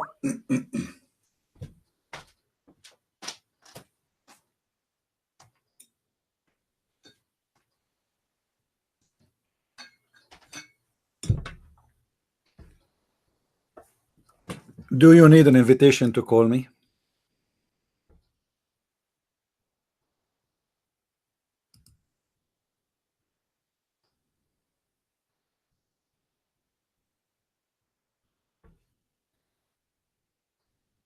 Any Muslim?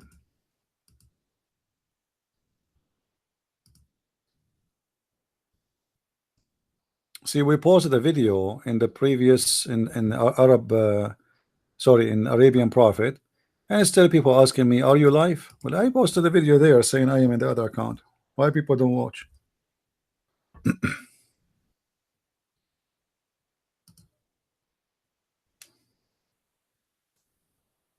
Do we have any Muslim would like to call?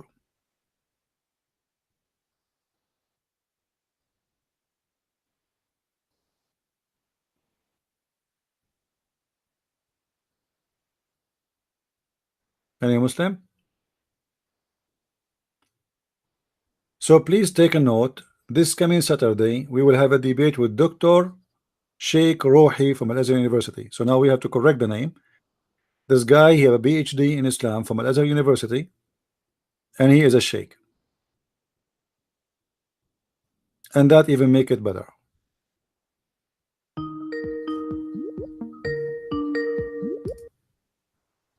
Hello? Hello. Yes, Hello. my friend, how are you? Yeah. Hello, CP. I was watching your content, but my question is a little off the topic. I've heard that banking interest is haram in Islam. Is that true?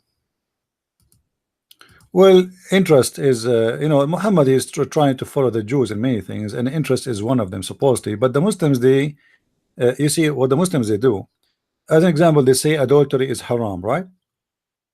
Yes. But they allow to do called like a travel marriage, or a tourism marriage, or a student marriage. But this is adultery because you are marrying a woman for like a few weeks. You are a tourist going to Turkey. You don't want to stay alone. Mm. So what do? You marry and you call it tourist marriage.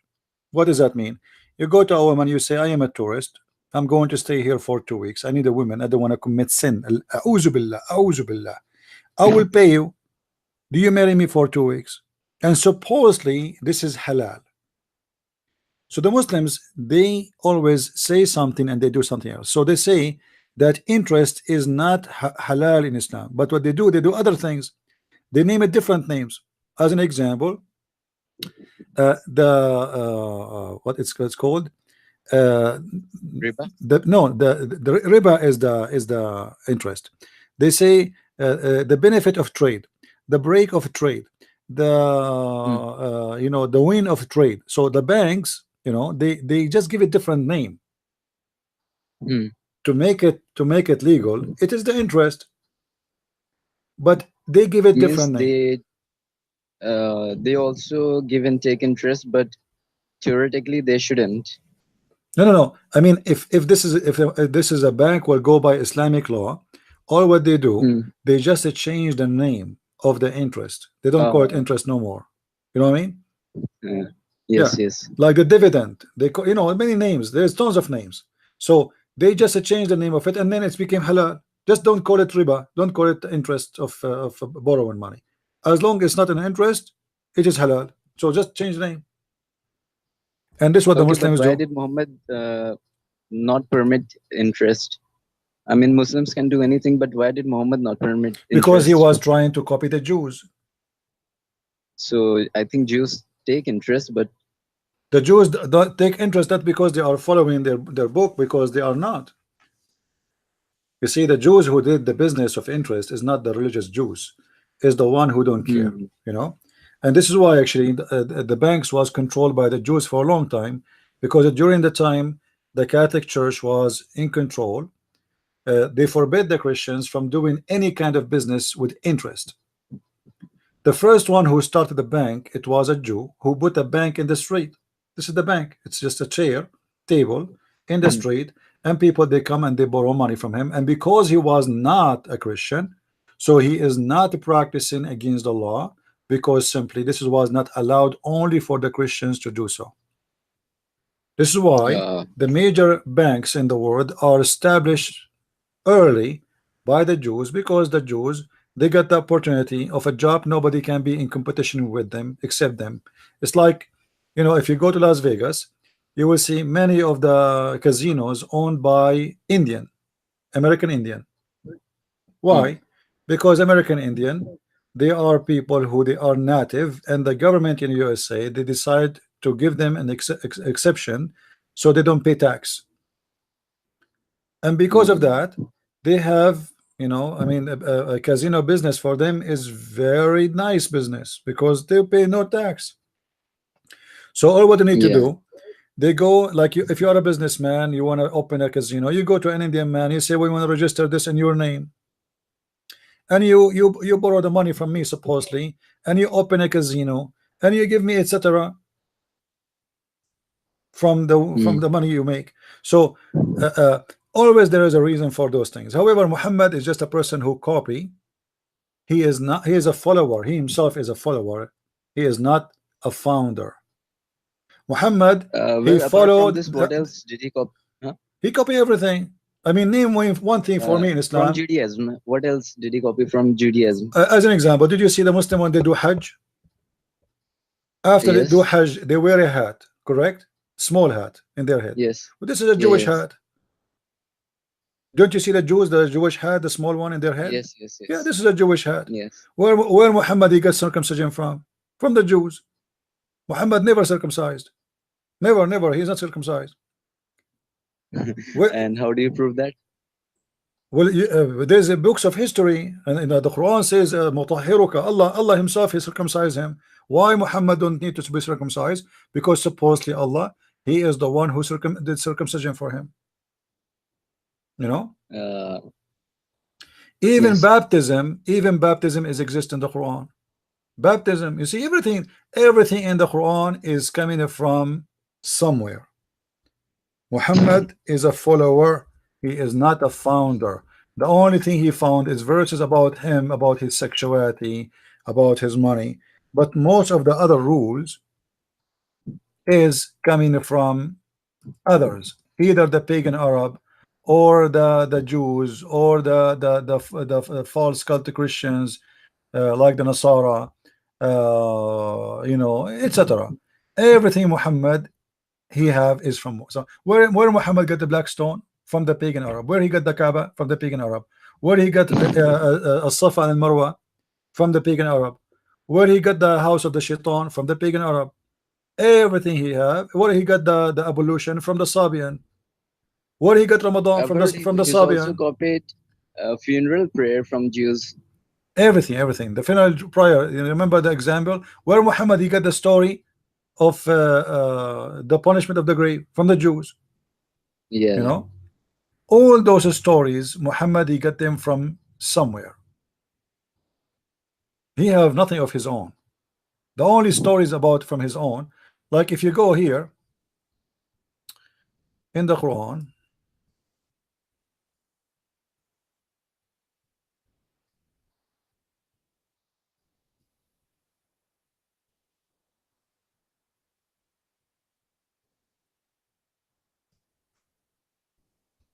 the Quran speak about something maybe many of you do not know. In chapter 2 verse 138, what does that mean? What is this verse saying? They ask Muhammad, how come the Sabians they do baptism? The Sabian, by the way, they do baptism. Why the Sabian they do baptism? The Sabian they learned that from John the Baptist. They claim that they are following John the Baptist. Okay. If you read to me, guys, do you see what it says? The baptism of Allah, you see here between two brackets, is not exist in the Quran. This is false. This is The in the baptism translation. of Allah. The baptism of Allah, and who can baptize better than Allah? Like what the heck? But Muhammad don't have baptism. Yeah. So what's happening here? How Allah do baptism? And did Muhammad do baptism? I Never. don't know. So what Muhammad he claimed when they ask him, how come you are a Sabian but you don't practice the baptism of the Sabian? He said the baptism of Allah is better than their baptism. And there is a reason for Mm. this. You see, the Sabian they live next to the river of the Euphrates and Dijla. They have a lot of water. Muhammad is a person who live in the desert. If you want to do baptism to a follower, where he would do baptism to him? The water they have is hardly enough to drink. Mm. They don't have a lake. They don't have a river. They don't have a dam. There's no water. So he cannot do baptism. But yet he did not deny that he is a person who believe in baptism. Do you notice? What he Yes. claimed Yes. Yes. that when somebody say Shahada, Allah baptize him in heaven. Mm. So the baptism of Allah is the best baptism. I don't do baptism, Allah do baptism. But yet if we Water ask the shortage. Muslim, yeah, if we ask the Muslim what the word baptism mean anyway. Any Muslim can tell us? Baptism in the name of whom?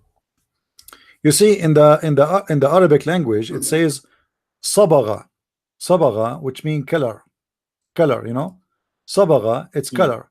Okay, if we say color here, for sure it doesn't mean that he color you with the color. This is the word is used exactly by the Sabian for baptism. This is the term. You see, the Christian don't use this. The Christian, they in Arabic we say ammada, ammada, which means straight out, straight things out. Ammada. We don't say sabagha. Sabagha is something the Sabian they say about what they call baptism. Christian don't use that word. So Muhammad is obviously is not copying the Christian baptism here. Is talking about the Sabian baptism, for this is their terms and this is their speech. They do sibagha. They color you by the color of God. Muhammad is a founder of nothing. Allah is a name exist before him. So All the prophets names he how was mentioned, Muhammad so successful in the beginning? he How was did he not convince everyone? he was not successful in anything, my friend. Muhammad, he said, if only 10 Jews believe in me, if only I wish all the Jews will believe. He could not convince 10 Jews. You see, So the then he the became a one warlord let and me ask you, let me ask you, do you know who is started the killing first? spree. Do you know who is the one who followed Muhammad in the beginning according to Islam? Uh, the first follower, I think it was Fatima. No, the first followers is the outlaw, the robbers. Robbers. Yes, let me show you.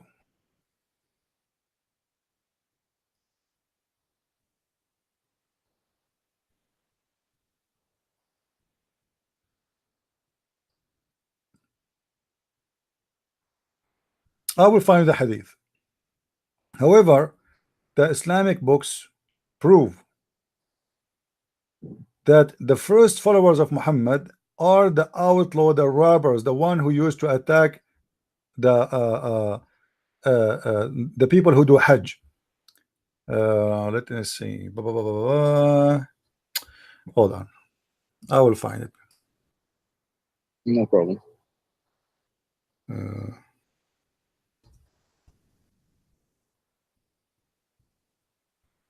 which means thieves. The pirate. You know the Yes, one yes. who the one who do piracy. For actually, you will find this in my coming book.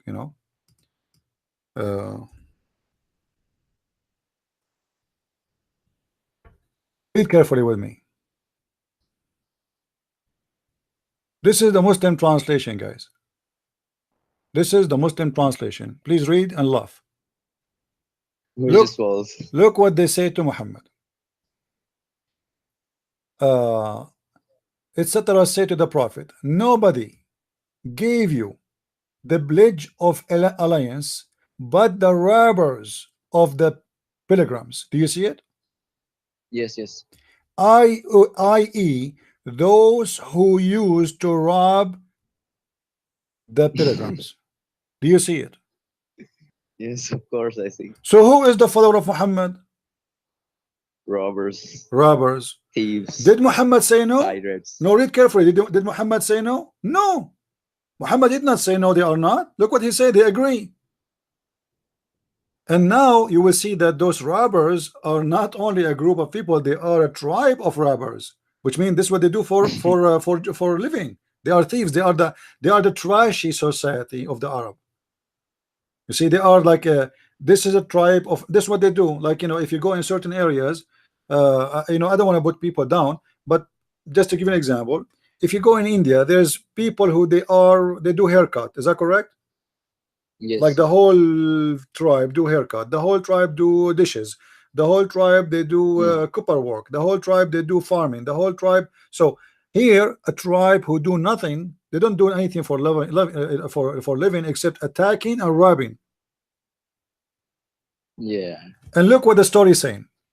The guy, he said to him, nobody give you a pledge of allegiance but the robbers of the pilgrims, i.e. those who rob the pilgrims. from the tribes of Islam, Ghafir, etc., etc. And then Ibn Abi Yaqub, this guy, the reporter says, the Prophet said, don't you think the tribe of Islam and Ghafir and Muzayna are and also perhaps Juhayna are better? He just said they are robbers. He just told him that, you know. So Muhammad, he says, don't you Yeah. think they are better? Why they are better? Because they follow him. He didn't say they are not robbers. He didn't say to him, and look what this guy said to him, nobody gave you, nobody except the robbers. Muhammad did not say you are a liar. That's not true. They are good people. He says, but don't you think they are better than the other tribes? Which means he agreed that yes, they are criminals, but for him, they are better than the other one. Imagine, he said, they are better than Bani Tamim. Bani Tamim are very well-known tribe of the Arab, famous one. Hmm. Bani Amir, Bani Asad, Bani Ghatafan, all those the big names of the tribes. Muhammad, he said they are better than them. Why they are better than them? Because those, the tribe of the first, They follow him. they follow Muhammad, and the tribe of the good ones, they did not follow Muhammad. So suddenly the good one became bad. So those are bad, the one in blue. Why they are bad? But they are not robbers. Those are honorable people. Those are the tribe of the robbers. Why they are better? And and Muhammad himself used to rob caravans, right? And this is why they join him, my friend, because they found it an opportunity. He agree, they agree with his life of style, and he agree with their life of style. You know, Hmm. so it's an opportunity. Now we can attack, and we are not thieves. We are Muslims. You know what I mean? We can attack, we can steal, we can rape, we can take women, but now we are good. We are following a prophet. It's not, we are not a bunch of gang anymore. We are good ones. If you wanna imagine Muhammad, imagine the pirate of the Caribbean in the ship, and Muhammad is captain. What his name? Jack Sparrow. Jack Sparrow. Yeah, that is Muhammad. He is Jack Sparrow with the golden teeth, and he have a long hair, as the Muslim they describe him. He take a shower once a year. He is full of lies, and he have no dignity. He promised something, he do something, he make an oath, he break it tomorrow. He make a promise, he don't care for the promise. That is Muhammad. His followers are nothing but a bunch of thieves. And imagine this is written in their books. Okay, hold on. What do you expect the Muslim to say after we show them this hadith? What do you think? What they will say? It's out of context. No, they That's will the say best they response they no, have. no, it's weak. Come on, you forgot? Uh, Come on, man. it's weak, yeah. You know better. It's weak, but this is Sahih al-Bukhari, and nowhere it says weak. Do you see there anywhere it says weak? No. But No. right away, if you show it to a Muslim, you say to you, oh, this is the weak hadith, did not eat very good food. There's no proof of it. What do you mean there is no proof? There's tons of reference here. Huh? They said not every hadith from Sahih al-Bukhari is considered Sahih. Some are Hassan, some are Sahih, while My others friend, are Hassan Da'if, is accepted. Weak is accepted. reliable. Yeah. And this one does not say it's not. You see, when it does not say Sahih, it's mean for sure it is Sahih. There's no need to mention it is Sahih or not. You know, Yeah, I get it. the word Sahih is something added later. You know, the book doesn't have that. The book itself does not have. That's why it's called the book of Sahih Bukhari, which means everything is inside considered Sahih. There's no need for the author to say this one is Sahih. You know what I mean? If I say to Yes, you, yes, yes. I am going to have a book, have all the correct hadith, and then I say each one of them next to it, I say this is correct. You just told me this is the whole book is correct, so why you want to add there? So those things they added later, you know. So But for 1400 years, they filtered out every filth from the collection, right? And now they got since this the book beginning, called Sahih okay, al-Bukhari. my friend, the Quran filter itself. Don't you remember when the Quran says that Allah, He said He will cause Muhammad to forget the Quran? Yeah. Isn't it? This is filtering. Why in the world God, he made Quran, and he promised to reserve the Quran. Then he promised to make you forget the Quran. So why you send the Quran if you want us to forget the Quran? Or what happened when the Muslims they speak the Quran have abrogation? It is just a filtration. As an They example, also hold on, name hold it on, as progressive revelation. hold on. When the Quran says a verse like this,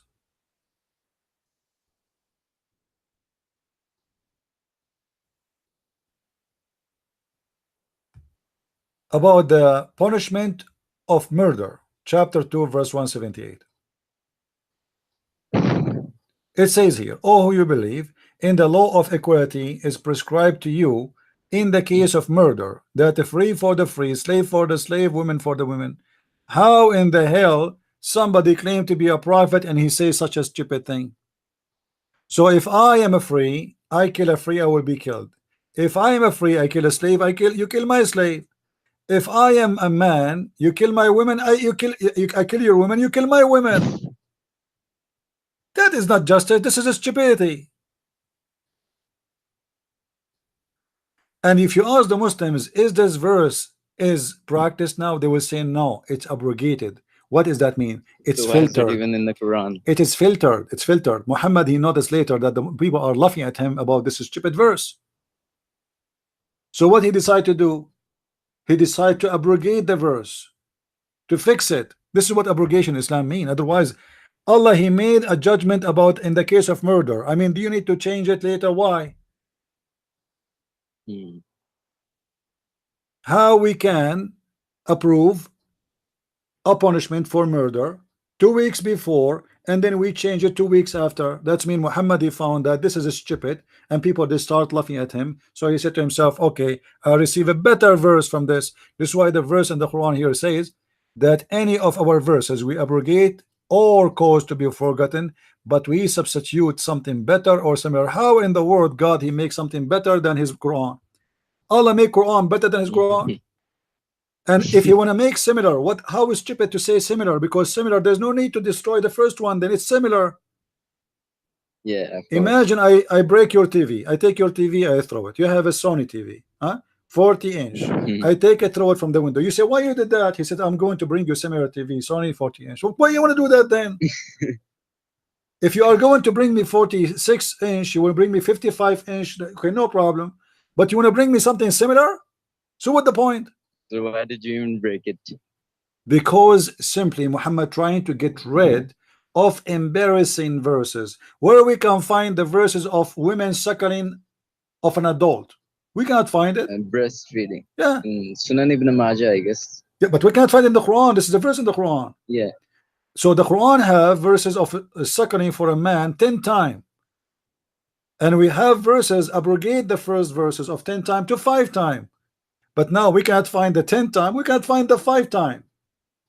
Yeah, they're all Why? gone. Because somebody did filtering for the Quran to make it look better. Because this is very embarrassing. A Muslim woman, she is going to give her breast to a guy and he is going to 10 times. And the funny, Allah, you see the Quran says Allah will cause us to forget the verses, but obviously we did not, because here we go, we're talking about it, and the Muslim they talk about it. You know what I mean? Yes. When he say we abrogate them, but we know them. When he say we cause you to forget them, but we remember them.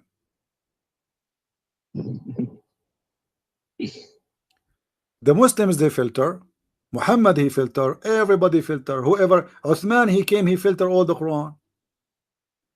Then Ibn Ishaq, when he wrote the Sirah of Muhammad, the biography of Muhammad, he said from the beginning, I'm going to filter all the things which is not suitable for the Prophet. So God knows how much is gone. There are a lot of filth left even after filtering. Yeah, but this is now after filtering is stupid and funny. But imagine if we have all things before filtering, the how original funny. text, yeah. Yeah, you know. So progressive revelation is nothing but a lie forged by Muslims in order to defend Muhammad's imbecilic teachings, right? All Islam is is something went through many. You see, let me describe to you what Islam is. Have you ever seen a manufacturer that do let us say seafood. Yeah. Okay, the fisherman, he got the fish, then he bring it to the shore. In the shore there's a guy who Hmm. buy from the fisherman, and then this guy, he put it in the freezer. Then the guy, second day, either he said to buyer who want to buy directly, or he said to a company who do business of fishing, production.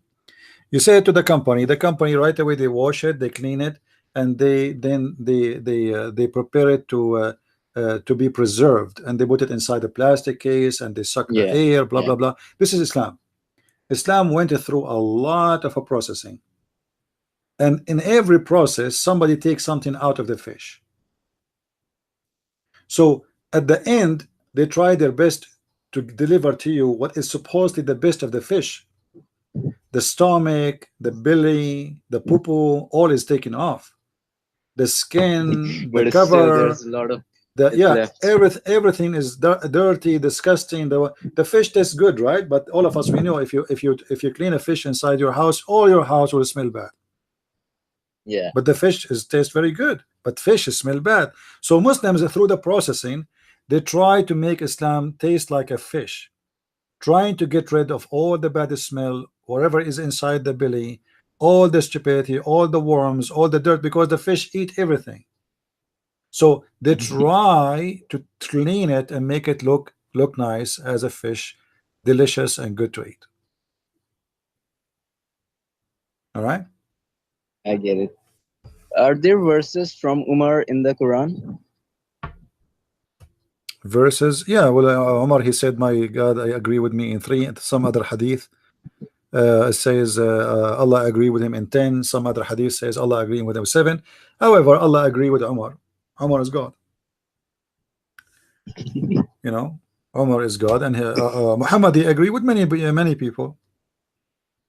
You see, there's a book. It's called Asbab al-Nuzul, which means the reason for the verses to come down. Do you remember the hadith where it says that the Prophet, he forbid people from going around the Kaaba naked?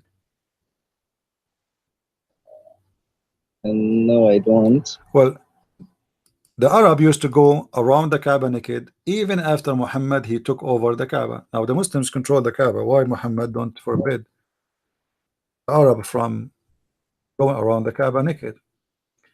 What happened? There was a woman. She go around the Kaaba naked, and Muhammad, he liked her. He wanted to marry her. He wanted to have her another way. When she walked naked, she was thinking, "This is what is exposed of it, and I made lawful none of it," which mean, yes, I'm walking naked, but I don't want any man to sleep with me. All right. So she is Yeah. walking totally naked, having no clothes, and Muhammad, he was watching the scene. He liked it. All right. So he wanted to have her, but now how he can have a woman? She is going to walk naked next year and the year after and the year after. You know, she do that every Yeah. year. She is good looking. She's beautiful. So Muhammad wanna have her. Muhammad, he did not forbid people walking naked around the Kaaba all the time. Muhammad never spoke against walking around the Kaaba naked all the time. He claimed to be a prophet. You will not find anywhere in the Quran Muhammad saying, "Why you walk naked?" Can we? Shouldn't we find a verse in the Quran speaking about such a shameful behavior? Of course. Do you know, guys, what I mean? People in the chat, do you know what I mean?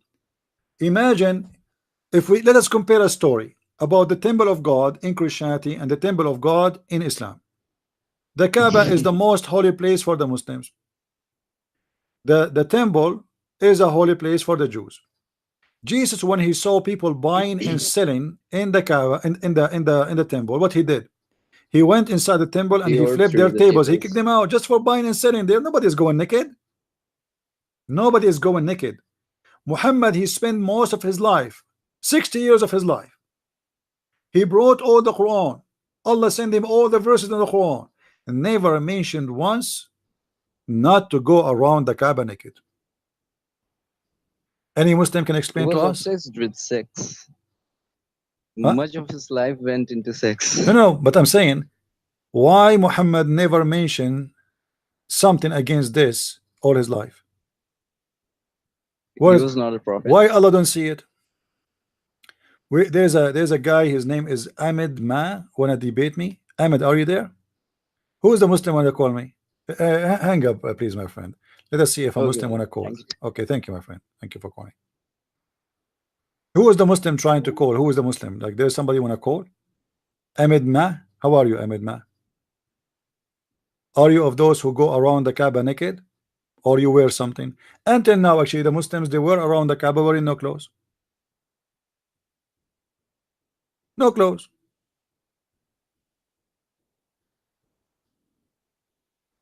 Look how Abraham, he ran away. He's talking about unseen demon. My friend, what unseen demon? Your prophet, according to your prophet, he was controlled by the by shaitan. And you Muslim don't believe in demon. Since when you Muslim believe in demon? Demon is a belief in Christianity, not in Islam. You Muslim believe in genie in the ball.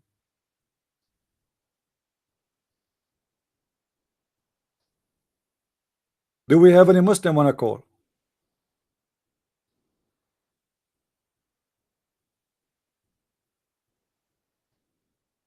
Anyone?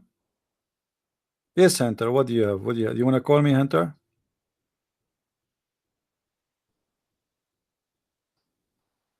Don't tell me you are asking if you can go and do a naked walk around the Kaaba now.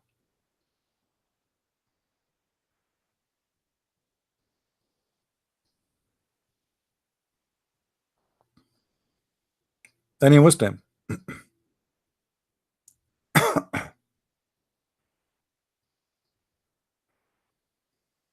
DK Dawa. I will call you, my friend. Give me your name in Skype. I will call you. Hey, Mustafa. Mr. DK Dawa. What about you? Give me your name in Skype and I am willing to call you. Is that fair, guys? I will call you.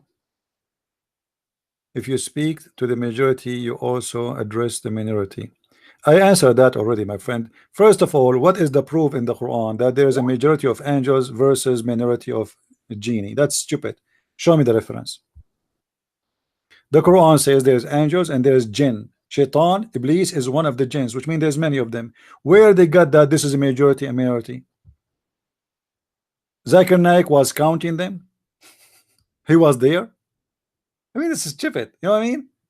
Quran doesn't say there's majority and there's minority. Show me the reference.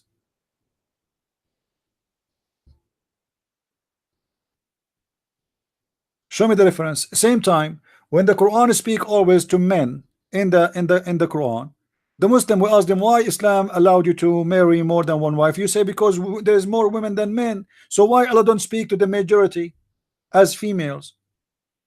Why the Quran speak always to men when the majority are females? You know what I mean? Are you getting my point, Hunter? Who is the majority according to Muslims in the society? Women. So why Allah in the Quran keeps saying speaking to the believers as men?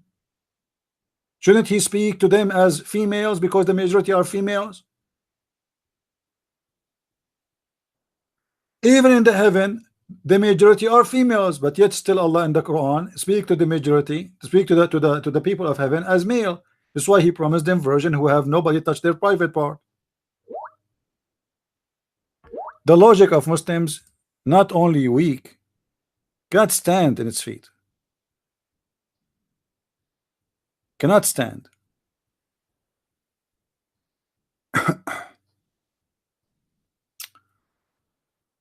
All right. Yeah, this Marmar, he is a kid. He's sending me a video, a stupid video. Do we have any Muslim wanna give me a call? Who is a Muslim wanna call?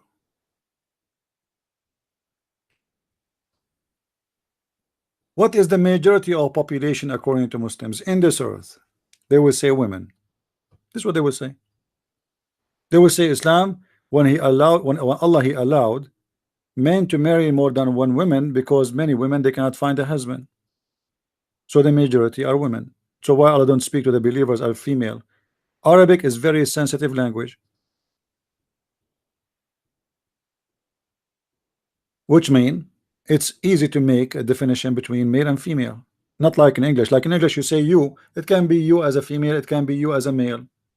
It can be you as a group. In Arabic, we don't have this. Males have words. Female have words. One person have a word. Two person have a word. Three person have a word. More than three have a word. So there is no way to play games. But because the Muslims, they are desperate to find a solution, so Allah was speaking to the majority. Same time, my friend, the idiot there, he described something very funny. He said the majority there was angels. That can be happen in the Arabic grammar if we are from the same kind. To make it simple for you, he said if there is only one girl is there, the girl is a human at the end. Do you know what I mean? So if I say all a human, there is no way I mean dogs. Is that correct? Do you understand me? Even the rules of majority have nothing to do what they are talking about, because the angels are nothing to do with the genies, are two different kind of creation. It's not about gender here. We are not talking about male and female. We are talking about two different creation. One is made from fire, the other one is made from light.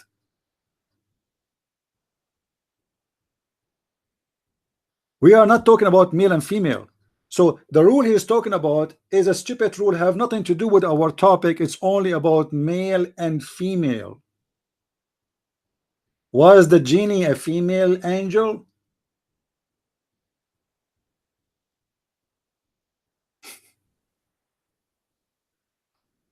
They don't have a brain.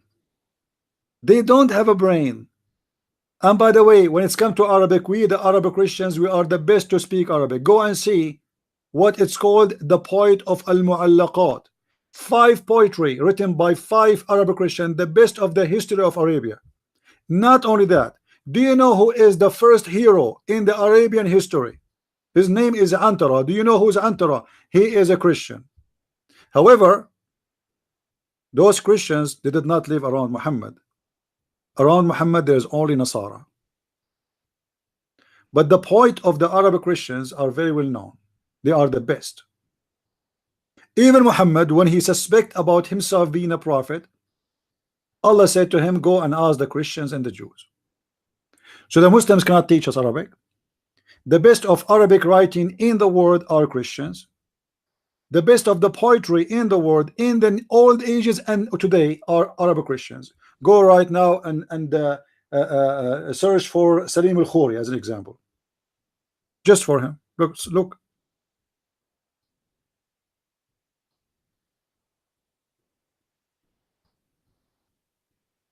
I can read some of their poetry. The poetry of the Christians is in the Quran. Do you remember the verses where it says, you know, that the moon is split and the judgment day is near? This is Arabic Christian poetry. Anyway, if you have my book, who of you have my books? Who have my book, The Deception of Allah and Quran and Science? Open it. You will find a lot of Arab Christians poetry is in the Quran. All the references there.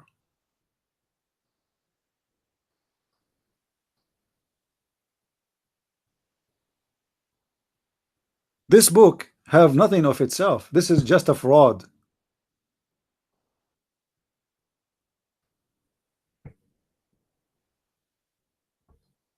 I can show you tons of reference.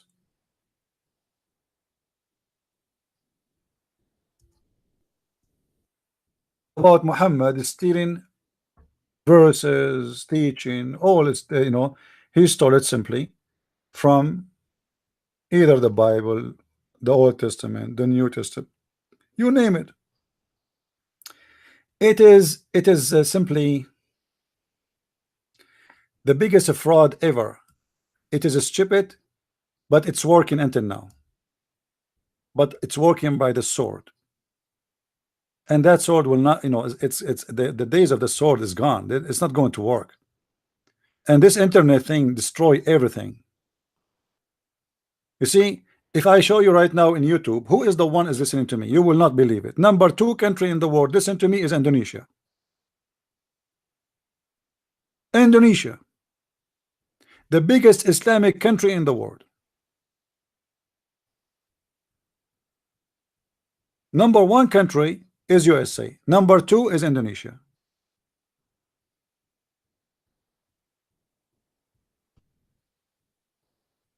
Old days is over.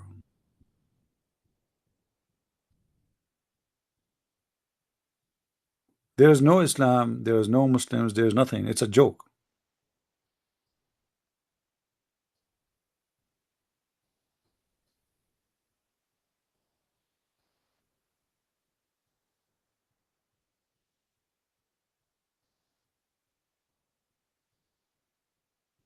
Do we have any Muslim would like to call us?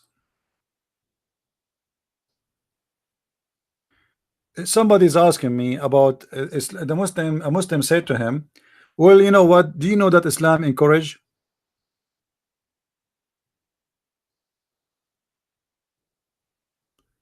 freeing slaves? I should make a video about this, but let me give you a fast answer. Let me show you an example of a freeing slave in Islam. Did really Islam free slaves as a reward, or it is a penalty? Read carefully with me. Chapter 4, verse number 92.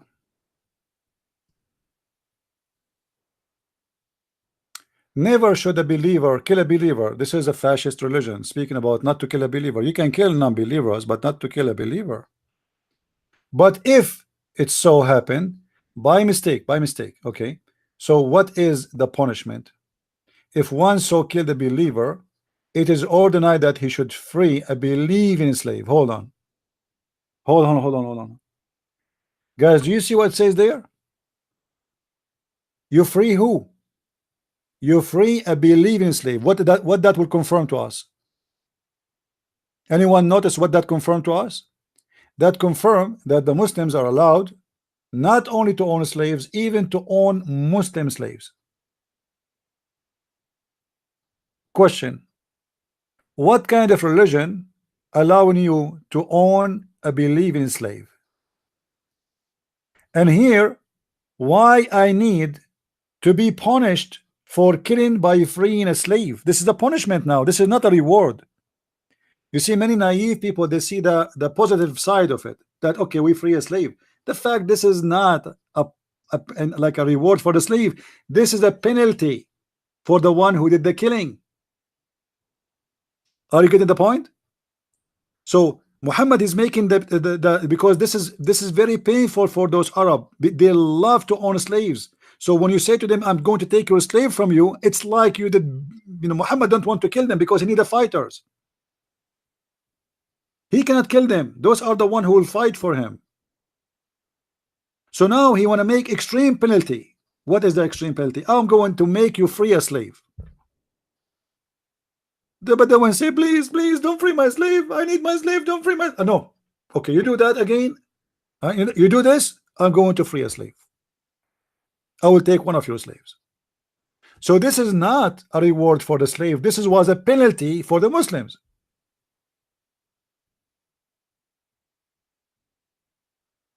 Do you see it? Each time one of a Muslim do something wrong, the penalty is freeing a slave. But hold on, what if I don't have a slave? Go and buy a slave.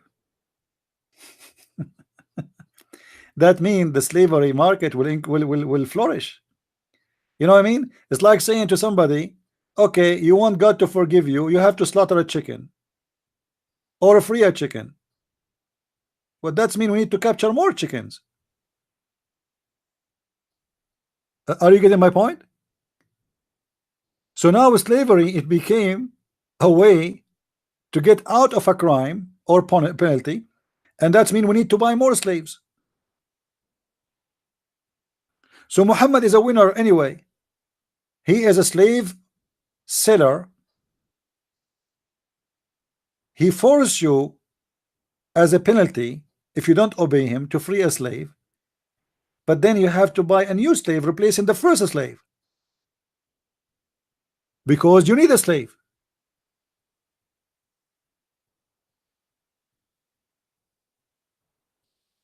Guys, look at this. Muhammad was born in a slave society. Hold on. Muhammad, the Muslim, they say to us, Muhammad was born in a very, very poor family. How he is a poor, born from a poor family, which means they never have slaves. Suddenly he became a slave owner. So if slavery was exist before Muhammad, and you Muslim lie to us saying Muhammad came to free a human being from slavery, he did not free anyone from slavery. He owned slaves. I will give you an example. There's a guy, his name is Bilal. He's very famous. The Muslim, they say Bilal will go to heaven. The first one who say Allahu Akbar. The guy Muhammad died, and Bilal is still as a slave. Bilal, he went to Abu Bakr. He said, if you bought me for the sake of Allah, will you free me for the sake of Allah? If you bought me for yourself, keep me for yourself. Muhammad did not even free Bilal. This man, he served him as a slave all his life. Muhammad died, did not free the man. If Bilal don't deserve to be freed, who deserve? You know what I mean? This guy, he protect him. He is a bodyguard. He is the one who carry anything he want. He is his servant.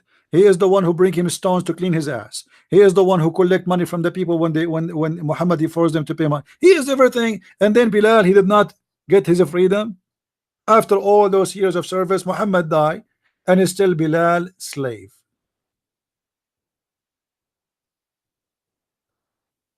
That is the truth.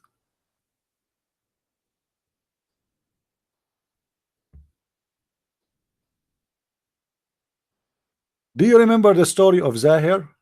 When Muhammad he came from the back of a gay, and he hold him from his back, and he says, who buy this slave from me?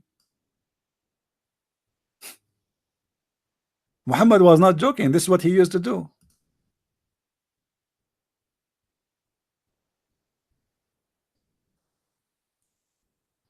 Let me show you the hadith.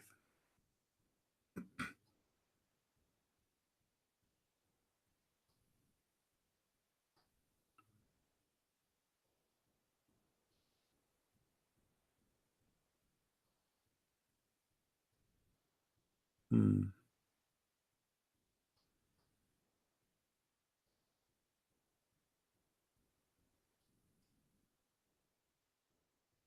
Let us see.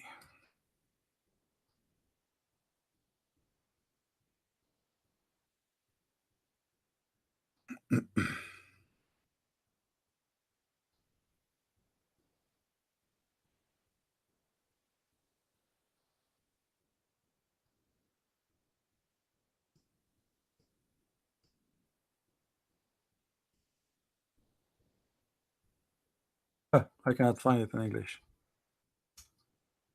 Too bad. Let us see.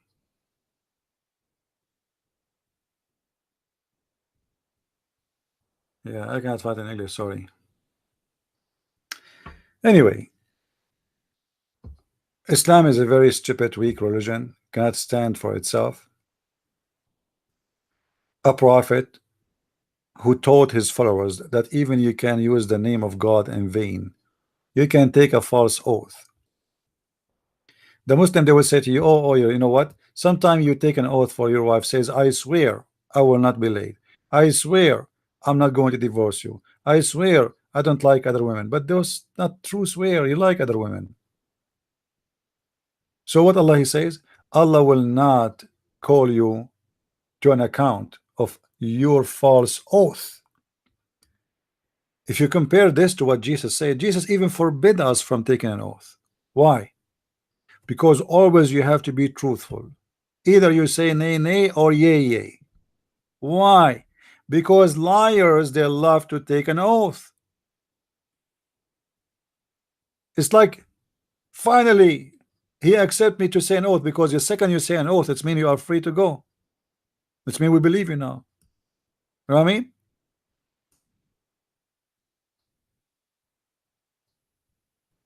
In the other side, we have Muhammad, who is telling his followers, you can take a false oath. It's not required for you to be truthful in your oath.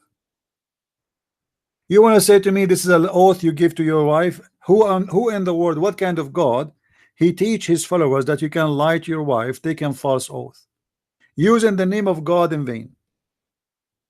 Is your God is a joke? The Muslim, they say we respect God. Well, you are taking oath. Obviously, you are not respecting your God and you are not taking your God seriously. And Muhammad, he made those verses because he himself is the first to break his oath. He made the promises to his wives about not to do things, and then second day he break his oath. This is Islam. You cannot find one thing in Islam is not stupid. Just one. It's impossible.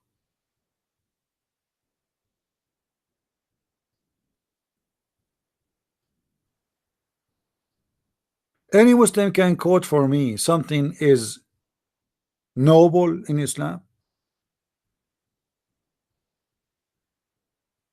Anything like the Quran teaching something good. The Muslim, they said to you, do you know the Quran teach that you should respect your parents? But Muhammad did not respect his parents. Muhammad, he said that his mother and his father, they are filthy, they are najis, and they will go to hell.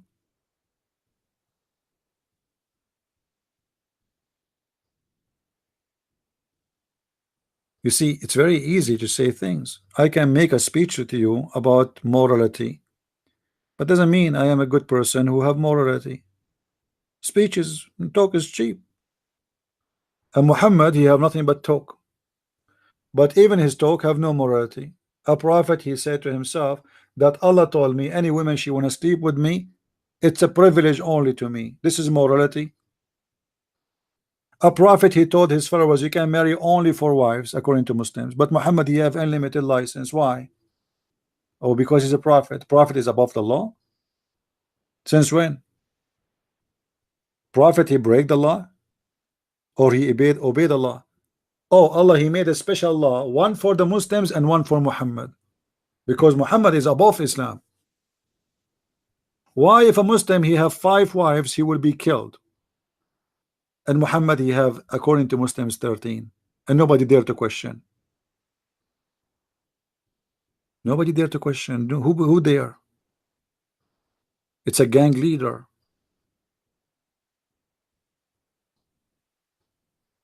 Muhammad is like the guy who is in the Caribbean, uh, the part of the Caribbean movie. What they call him, the guy who have the chest, the heart, who his heart in a chest.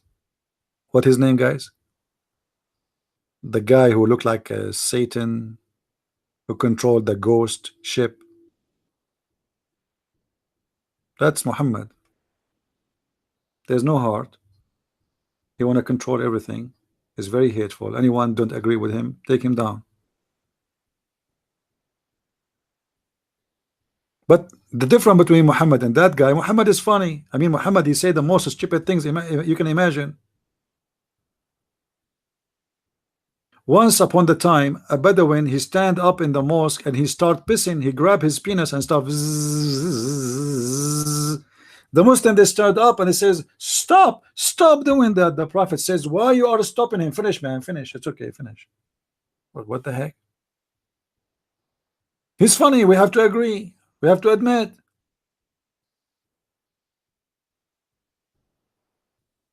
He is a prophet who believed that the Kaaba is the holy house of Allah, who believe that the house of Allah is holy, but you can piss in the middle of the mosque and he will not stop you.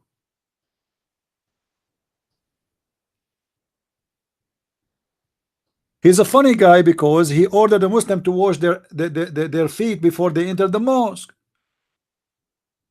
But yet a person who is pissing in the mosque, he have no problem with him.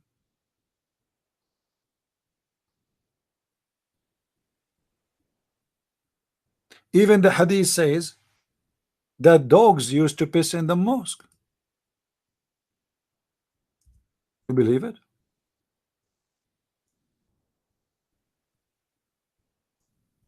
And nobody clean after them.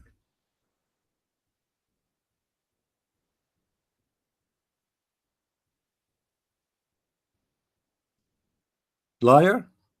I am liar? Let us see.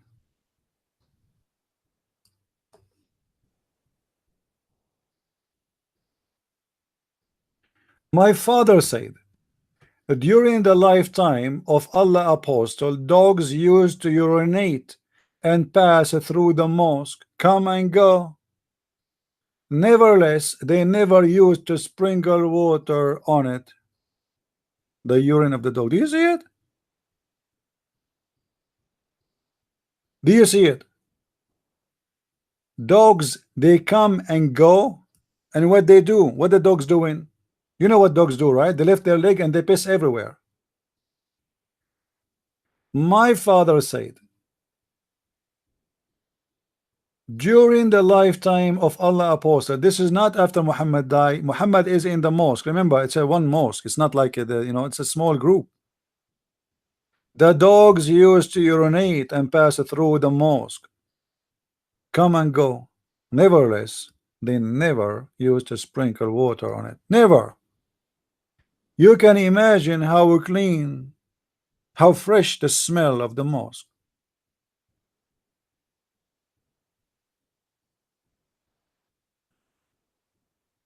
Do you see? Dogs, they go in and piss, and nobody clean. So what happened? What happened to the piss? Stay there. And why nobody clean? Because what a big deal. I mean, everybody smell bad anyway.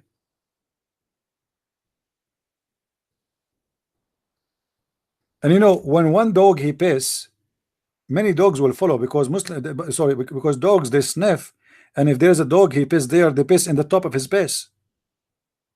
You know what I mean?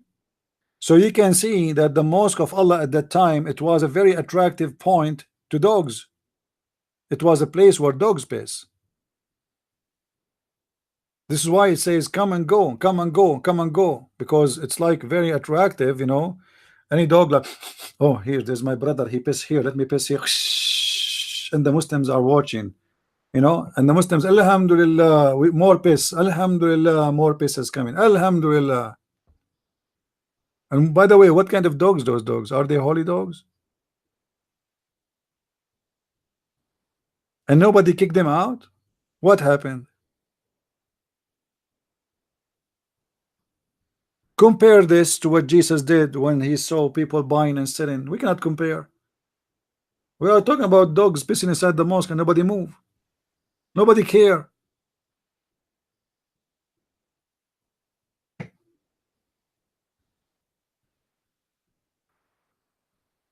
This is why remember I told you that the one who joined Muhammad are criminals. They are pirate.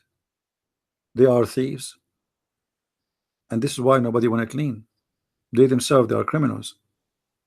Those people, they take a shower once every 2 years. If they take a shower. So dog's piss doesn't, I mean, so what a big deal.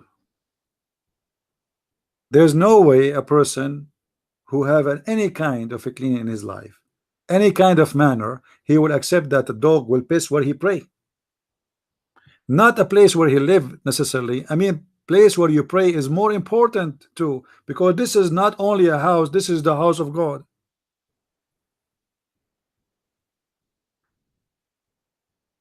Even there's a hadith, it says that the prophet, he used to clean the snots and the boogers of the Muslims from the wall of the Kaaba. How in the world boogers are in the wall of the Kaaba? The sky was raining boogers. The snot, people, they have their snot in the wall of the Kaaba. Why? What happened?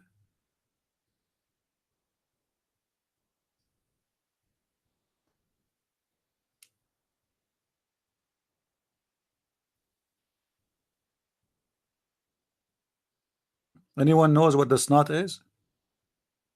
Who do not know what the snot?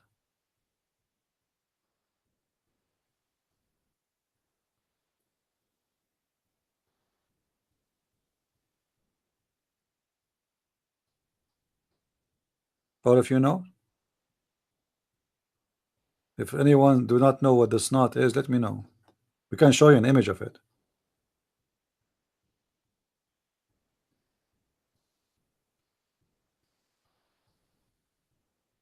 Do we have any Abdul?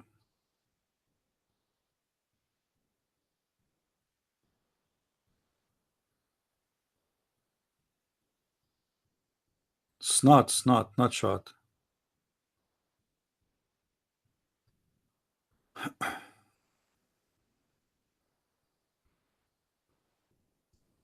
What don't?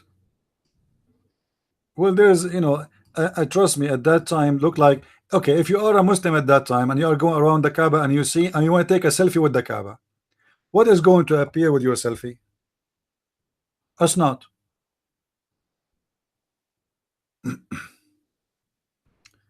Let me see what the Muslims they call this. No,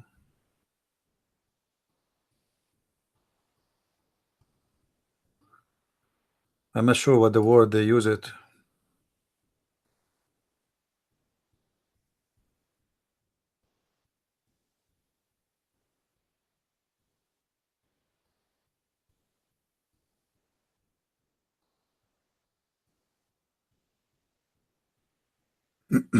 Let me try to find you the hadith.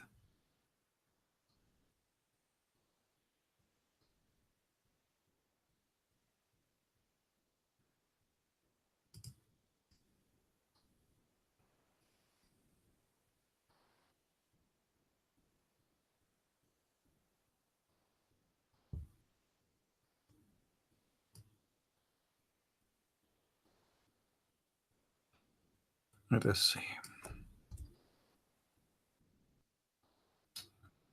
Can't find it.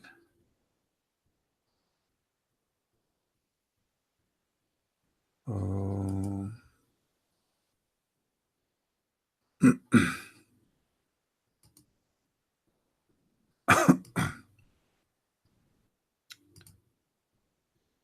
Okay, let's see here.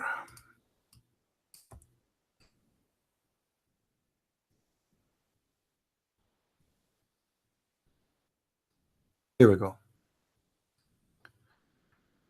The Messenger of Allah, BBUH,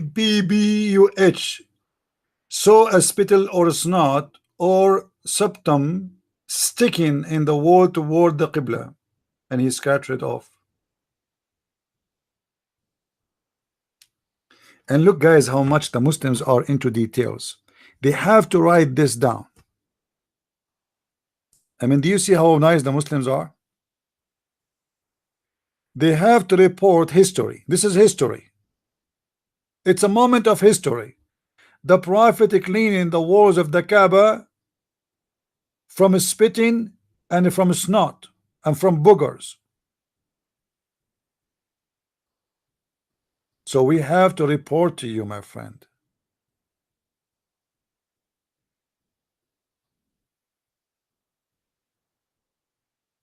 You see it? Look how many hadith, look how many stories. Look like there was a lot of snot at that time.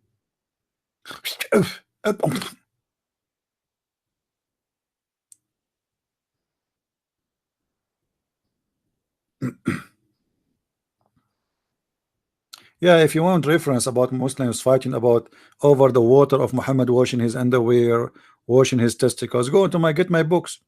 Go to Amazon, get my books, search for Christian Prince, you will find list of my books, get them. Full of reference.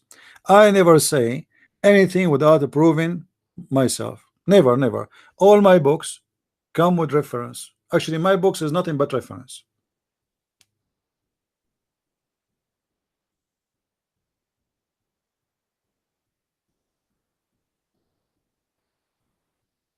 Why a Muslim he cannot spit in the front or in the right, his right? Anyone knows? Anyone knows? Why you cannot spit in the right or in the front? The wisdom of Muhammad is amazing because the angel is in your right. So if you spit in the right, you are spitting of the angel. Look at this problem now. You spit at the right side, you spit at the angels. Do you want to do that? The poor angel is next to you and you spit at him. Why you don't spit in the front? Because there's an angel walking in front of you too. So what we do? Spit in the left or under your foot, your left foot, or spit in your pocket, or in your what they call it in English, sleeves. Sleeves. The Prophet is teaching me to spit in my sleeves. Are you sure? Let me see if I can find the hadith about spitting in the sleeves.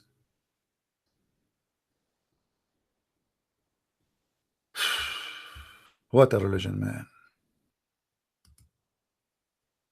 What a religion.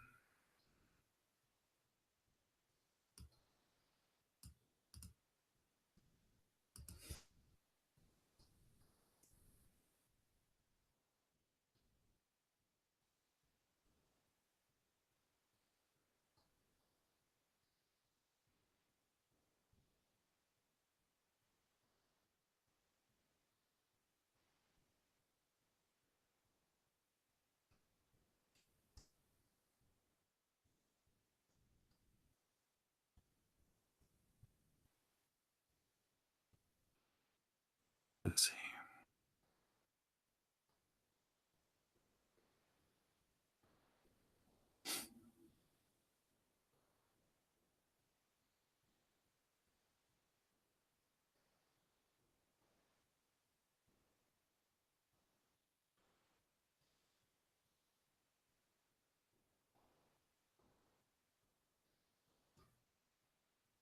You can spit in your sleeves?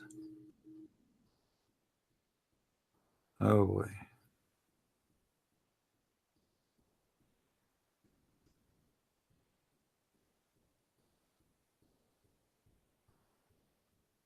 It might take a little bit of time to find something, but we find it, right?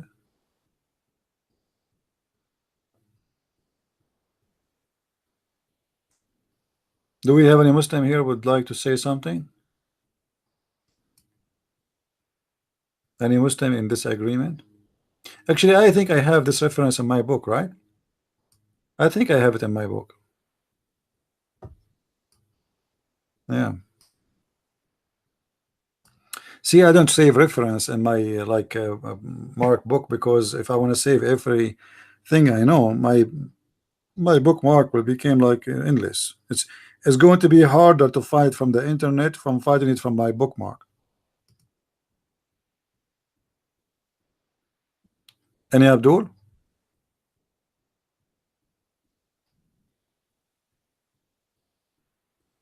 All right. Look like today there is no Muslims, and already it is 7:22 here. So I think for today we are enough. Yes, Skype is open, my friend, but no Muslim is calling. Guys, take a note, please. This coming Saturday, we have a debate between me and Dr. Imam Ruhi. He is from Al Azhar University. He's a doctor. He have a PhD. So we will have a debate. He debated me last week, this Saturday, and it was horrible. Obviously, Christian Prince, he lost. So this guy is coming again because he want to beat me again. So get ready for the coming Saturday at 4:30. And you know, I know that we as a Christian we will lose a debate for sure, as usual, and it's going to be very horrible. I hope the Muslim will not record me and post the debate everywhere. I hope so, you know. And me myself, from now until then, I will eat beef and shish kebab, vitamin A and B and D, and I will get ready for a debate, because maybe I can little bit defend, because we are weak, we Christians. Anyone remember how Muhammad he made his debate with the Christians? Who remember before we go? Who remember how Muhammad he have a debate with the Christians? Anyone remember? How Muslims do debate? I mean, this guy, the debate we are debating with the Muslims is not Islamic debate, it's not halal debate. The Muslim debate is as the following in the Quran. When a bunch of Christians they came to Muhammad, they came to him supposedly from Ethiopia, and they said to him, let us debate. Muhammad, he cannot debate. What debate? Those are monks. They will make him shish kebab in a second. You know? So Muhammad, he come with a solution. Chapter 3, verse number 61. Look what he said. If any dispute in this matter with thee, what matter is about Jesus. Now after all, for the fall of knowledge has come to thee, say, look what Muhammad say. Come, okay, come, let us gather together, our sons and your sons, our women and your women, our slaves, ourselves and yourself. Then let us earnestly pray and invoke the curse, the Allah curse of those who lie. Like, what the heck? This is a debate.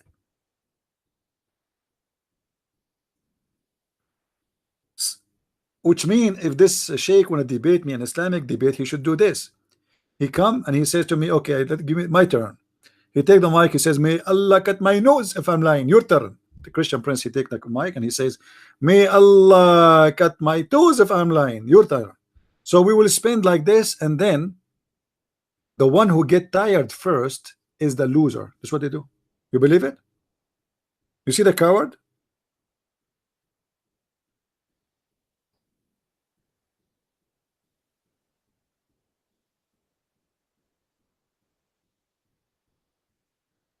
This is how you can debate. Obviously, he's just running away from debating them. What curse was the why?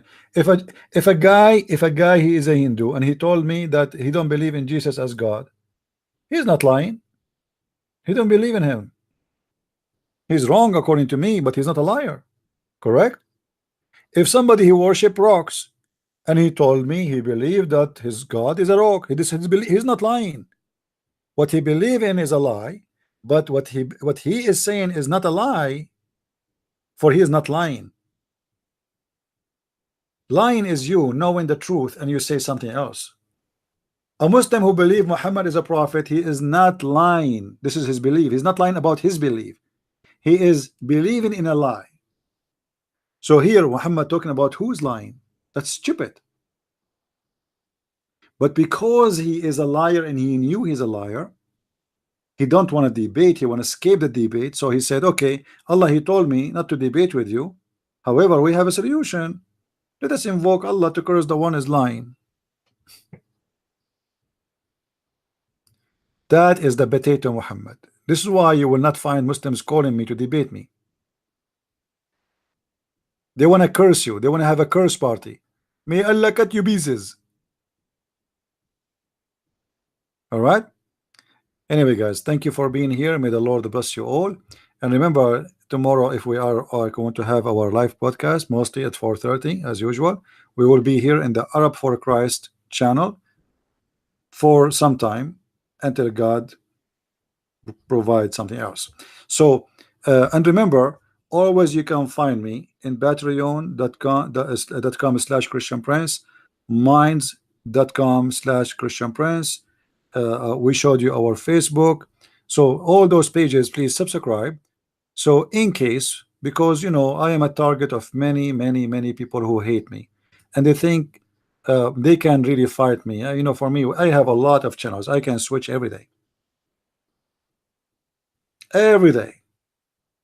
and it doesn't matter where I go. Here we go. I just told them I'm here. I have 200 people watching. It doesn't matter where I go, because people, they are following me, not following a channel, and they are following me to learn, not because I'm a prophet. I claim nothing of myself. I don't claim to be a bishop. I don't claim to be a priest. I don't claim to be a good person as any better as anyone. I am like all of you. I am just a person who knows what you know not, specifically about the cult of Islam. Whoever would like to listen and learn is more than welcome. It's a free school. People who like to support us in what we do, feel free to support what we do. You can make a donation. You can buy my books. There's many ways to support me. You can download my videos. It's for free. You can share it with your friends. You know, we do everything. And when I say do, I'm talking about me and you, because I believe that all of us, we partner together to make things happen for best. If you guys are not here, I'm not going to be talking to myself. If people don't want to read my books, I will not be writing my books. If Nobody want to listen. I mean, what the point of talking to yourself? This is why I say we are partners in what we do here. And I consider just people coming here as a support. There is some people they can do more, they can give donation. That's wonderful. But everybody do what he can do. There's people who they are poor. May the Lord bless them. Still, by coming here, he is supporting everyone. He do his part. I do my part, and I do the best I can. Every day I spend hours in my day just to fight this cult. And when I say hours, I'm talking just about online, like video now. However, when I finish right now, I will make a cup of tea and I will start working in my other book. So my day is about fighting this cult, not hours of my day. I get tons of emails, questions, people, reference. This is why I say to people, please don't, when you join here, please take reference, take notes. I cannot answer everybody. If you see, guys, my Facebook, it says scary. Christian, you said yesterday, etc. You said that's weak. We can find this one. Help me, my friend. I cannot. And sooner or later, this guy, Christian Prince, he will die. If you want to get reference handies, get my books. Anytime you need reference, because almost I'm covering everything. Like the new books is coming about sex and Allah. This book covering everything. I mean, you will not find one issue about this cult. It's called Islam is not covered when it's come to sex. And when I say one issue, I mean that everything there is, let us say, giving you enough reference to debate any Muslim of a choice or no choice, and show him that he have no answer and he cannot debate you. This is a new cover for our book, Sex and Allah. It's my design. Let me make the cover small so you guys can see it, all of it. And let us take this thing off. This book will be ready. Supposedly it should be ready by today, actually, but we found that there's a printing, you know, like when the publisher make a final print. So I found there's an error, type error. So we told them to fix it. So it might take like 2 days from now or 3 days, and we will have the book ready to be on Amazon. But this is a fantastic book because it is, let us say, maybe the first of its kind. And you will have reference about things you never heard before. But just be careful. This is not a book for children. You don't give this book to your daughter. She is 8 years old. All right? Don't do that. It's not for kids. As simple as that. And I, you know, in my translation, I'm very honest there, which means I am not sugarcoating anything, as usual. I say it as it is. As it is. People like it, don't like it, I don't care. I'm not going to change the meaning of the word because somebody he don't like this to see this word in the screen or in the page. If you don't like to read about sex, don't buy a book about sex. This book is not about really about holiness. It's about sickness. You know what I mean? The whole purpose of the book is to show you the truth, not to give you something is not there. This is why you will see in the book the F word is appearing. I'm not saying the F word, I'm translating. I'm not saying the F word, I'm translating. So you will find an honest translation as it is. And I am sure that #1 buyers for the books will be the Muslims, because this is a very interesting topic for the Muslims. All right. So I want to say thank you, guys. May the Lord bless you. And until I see you tomorrow, God is willing, Christ is Lord, and Islam is false. And see you soon again. Bye-bye, and take care.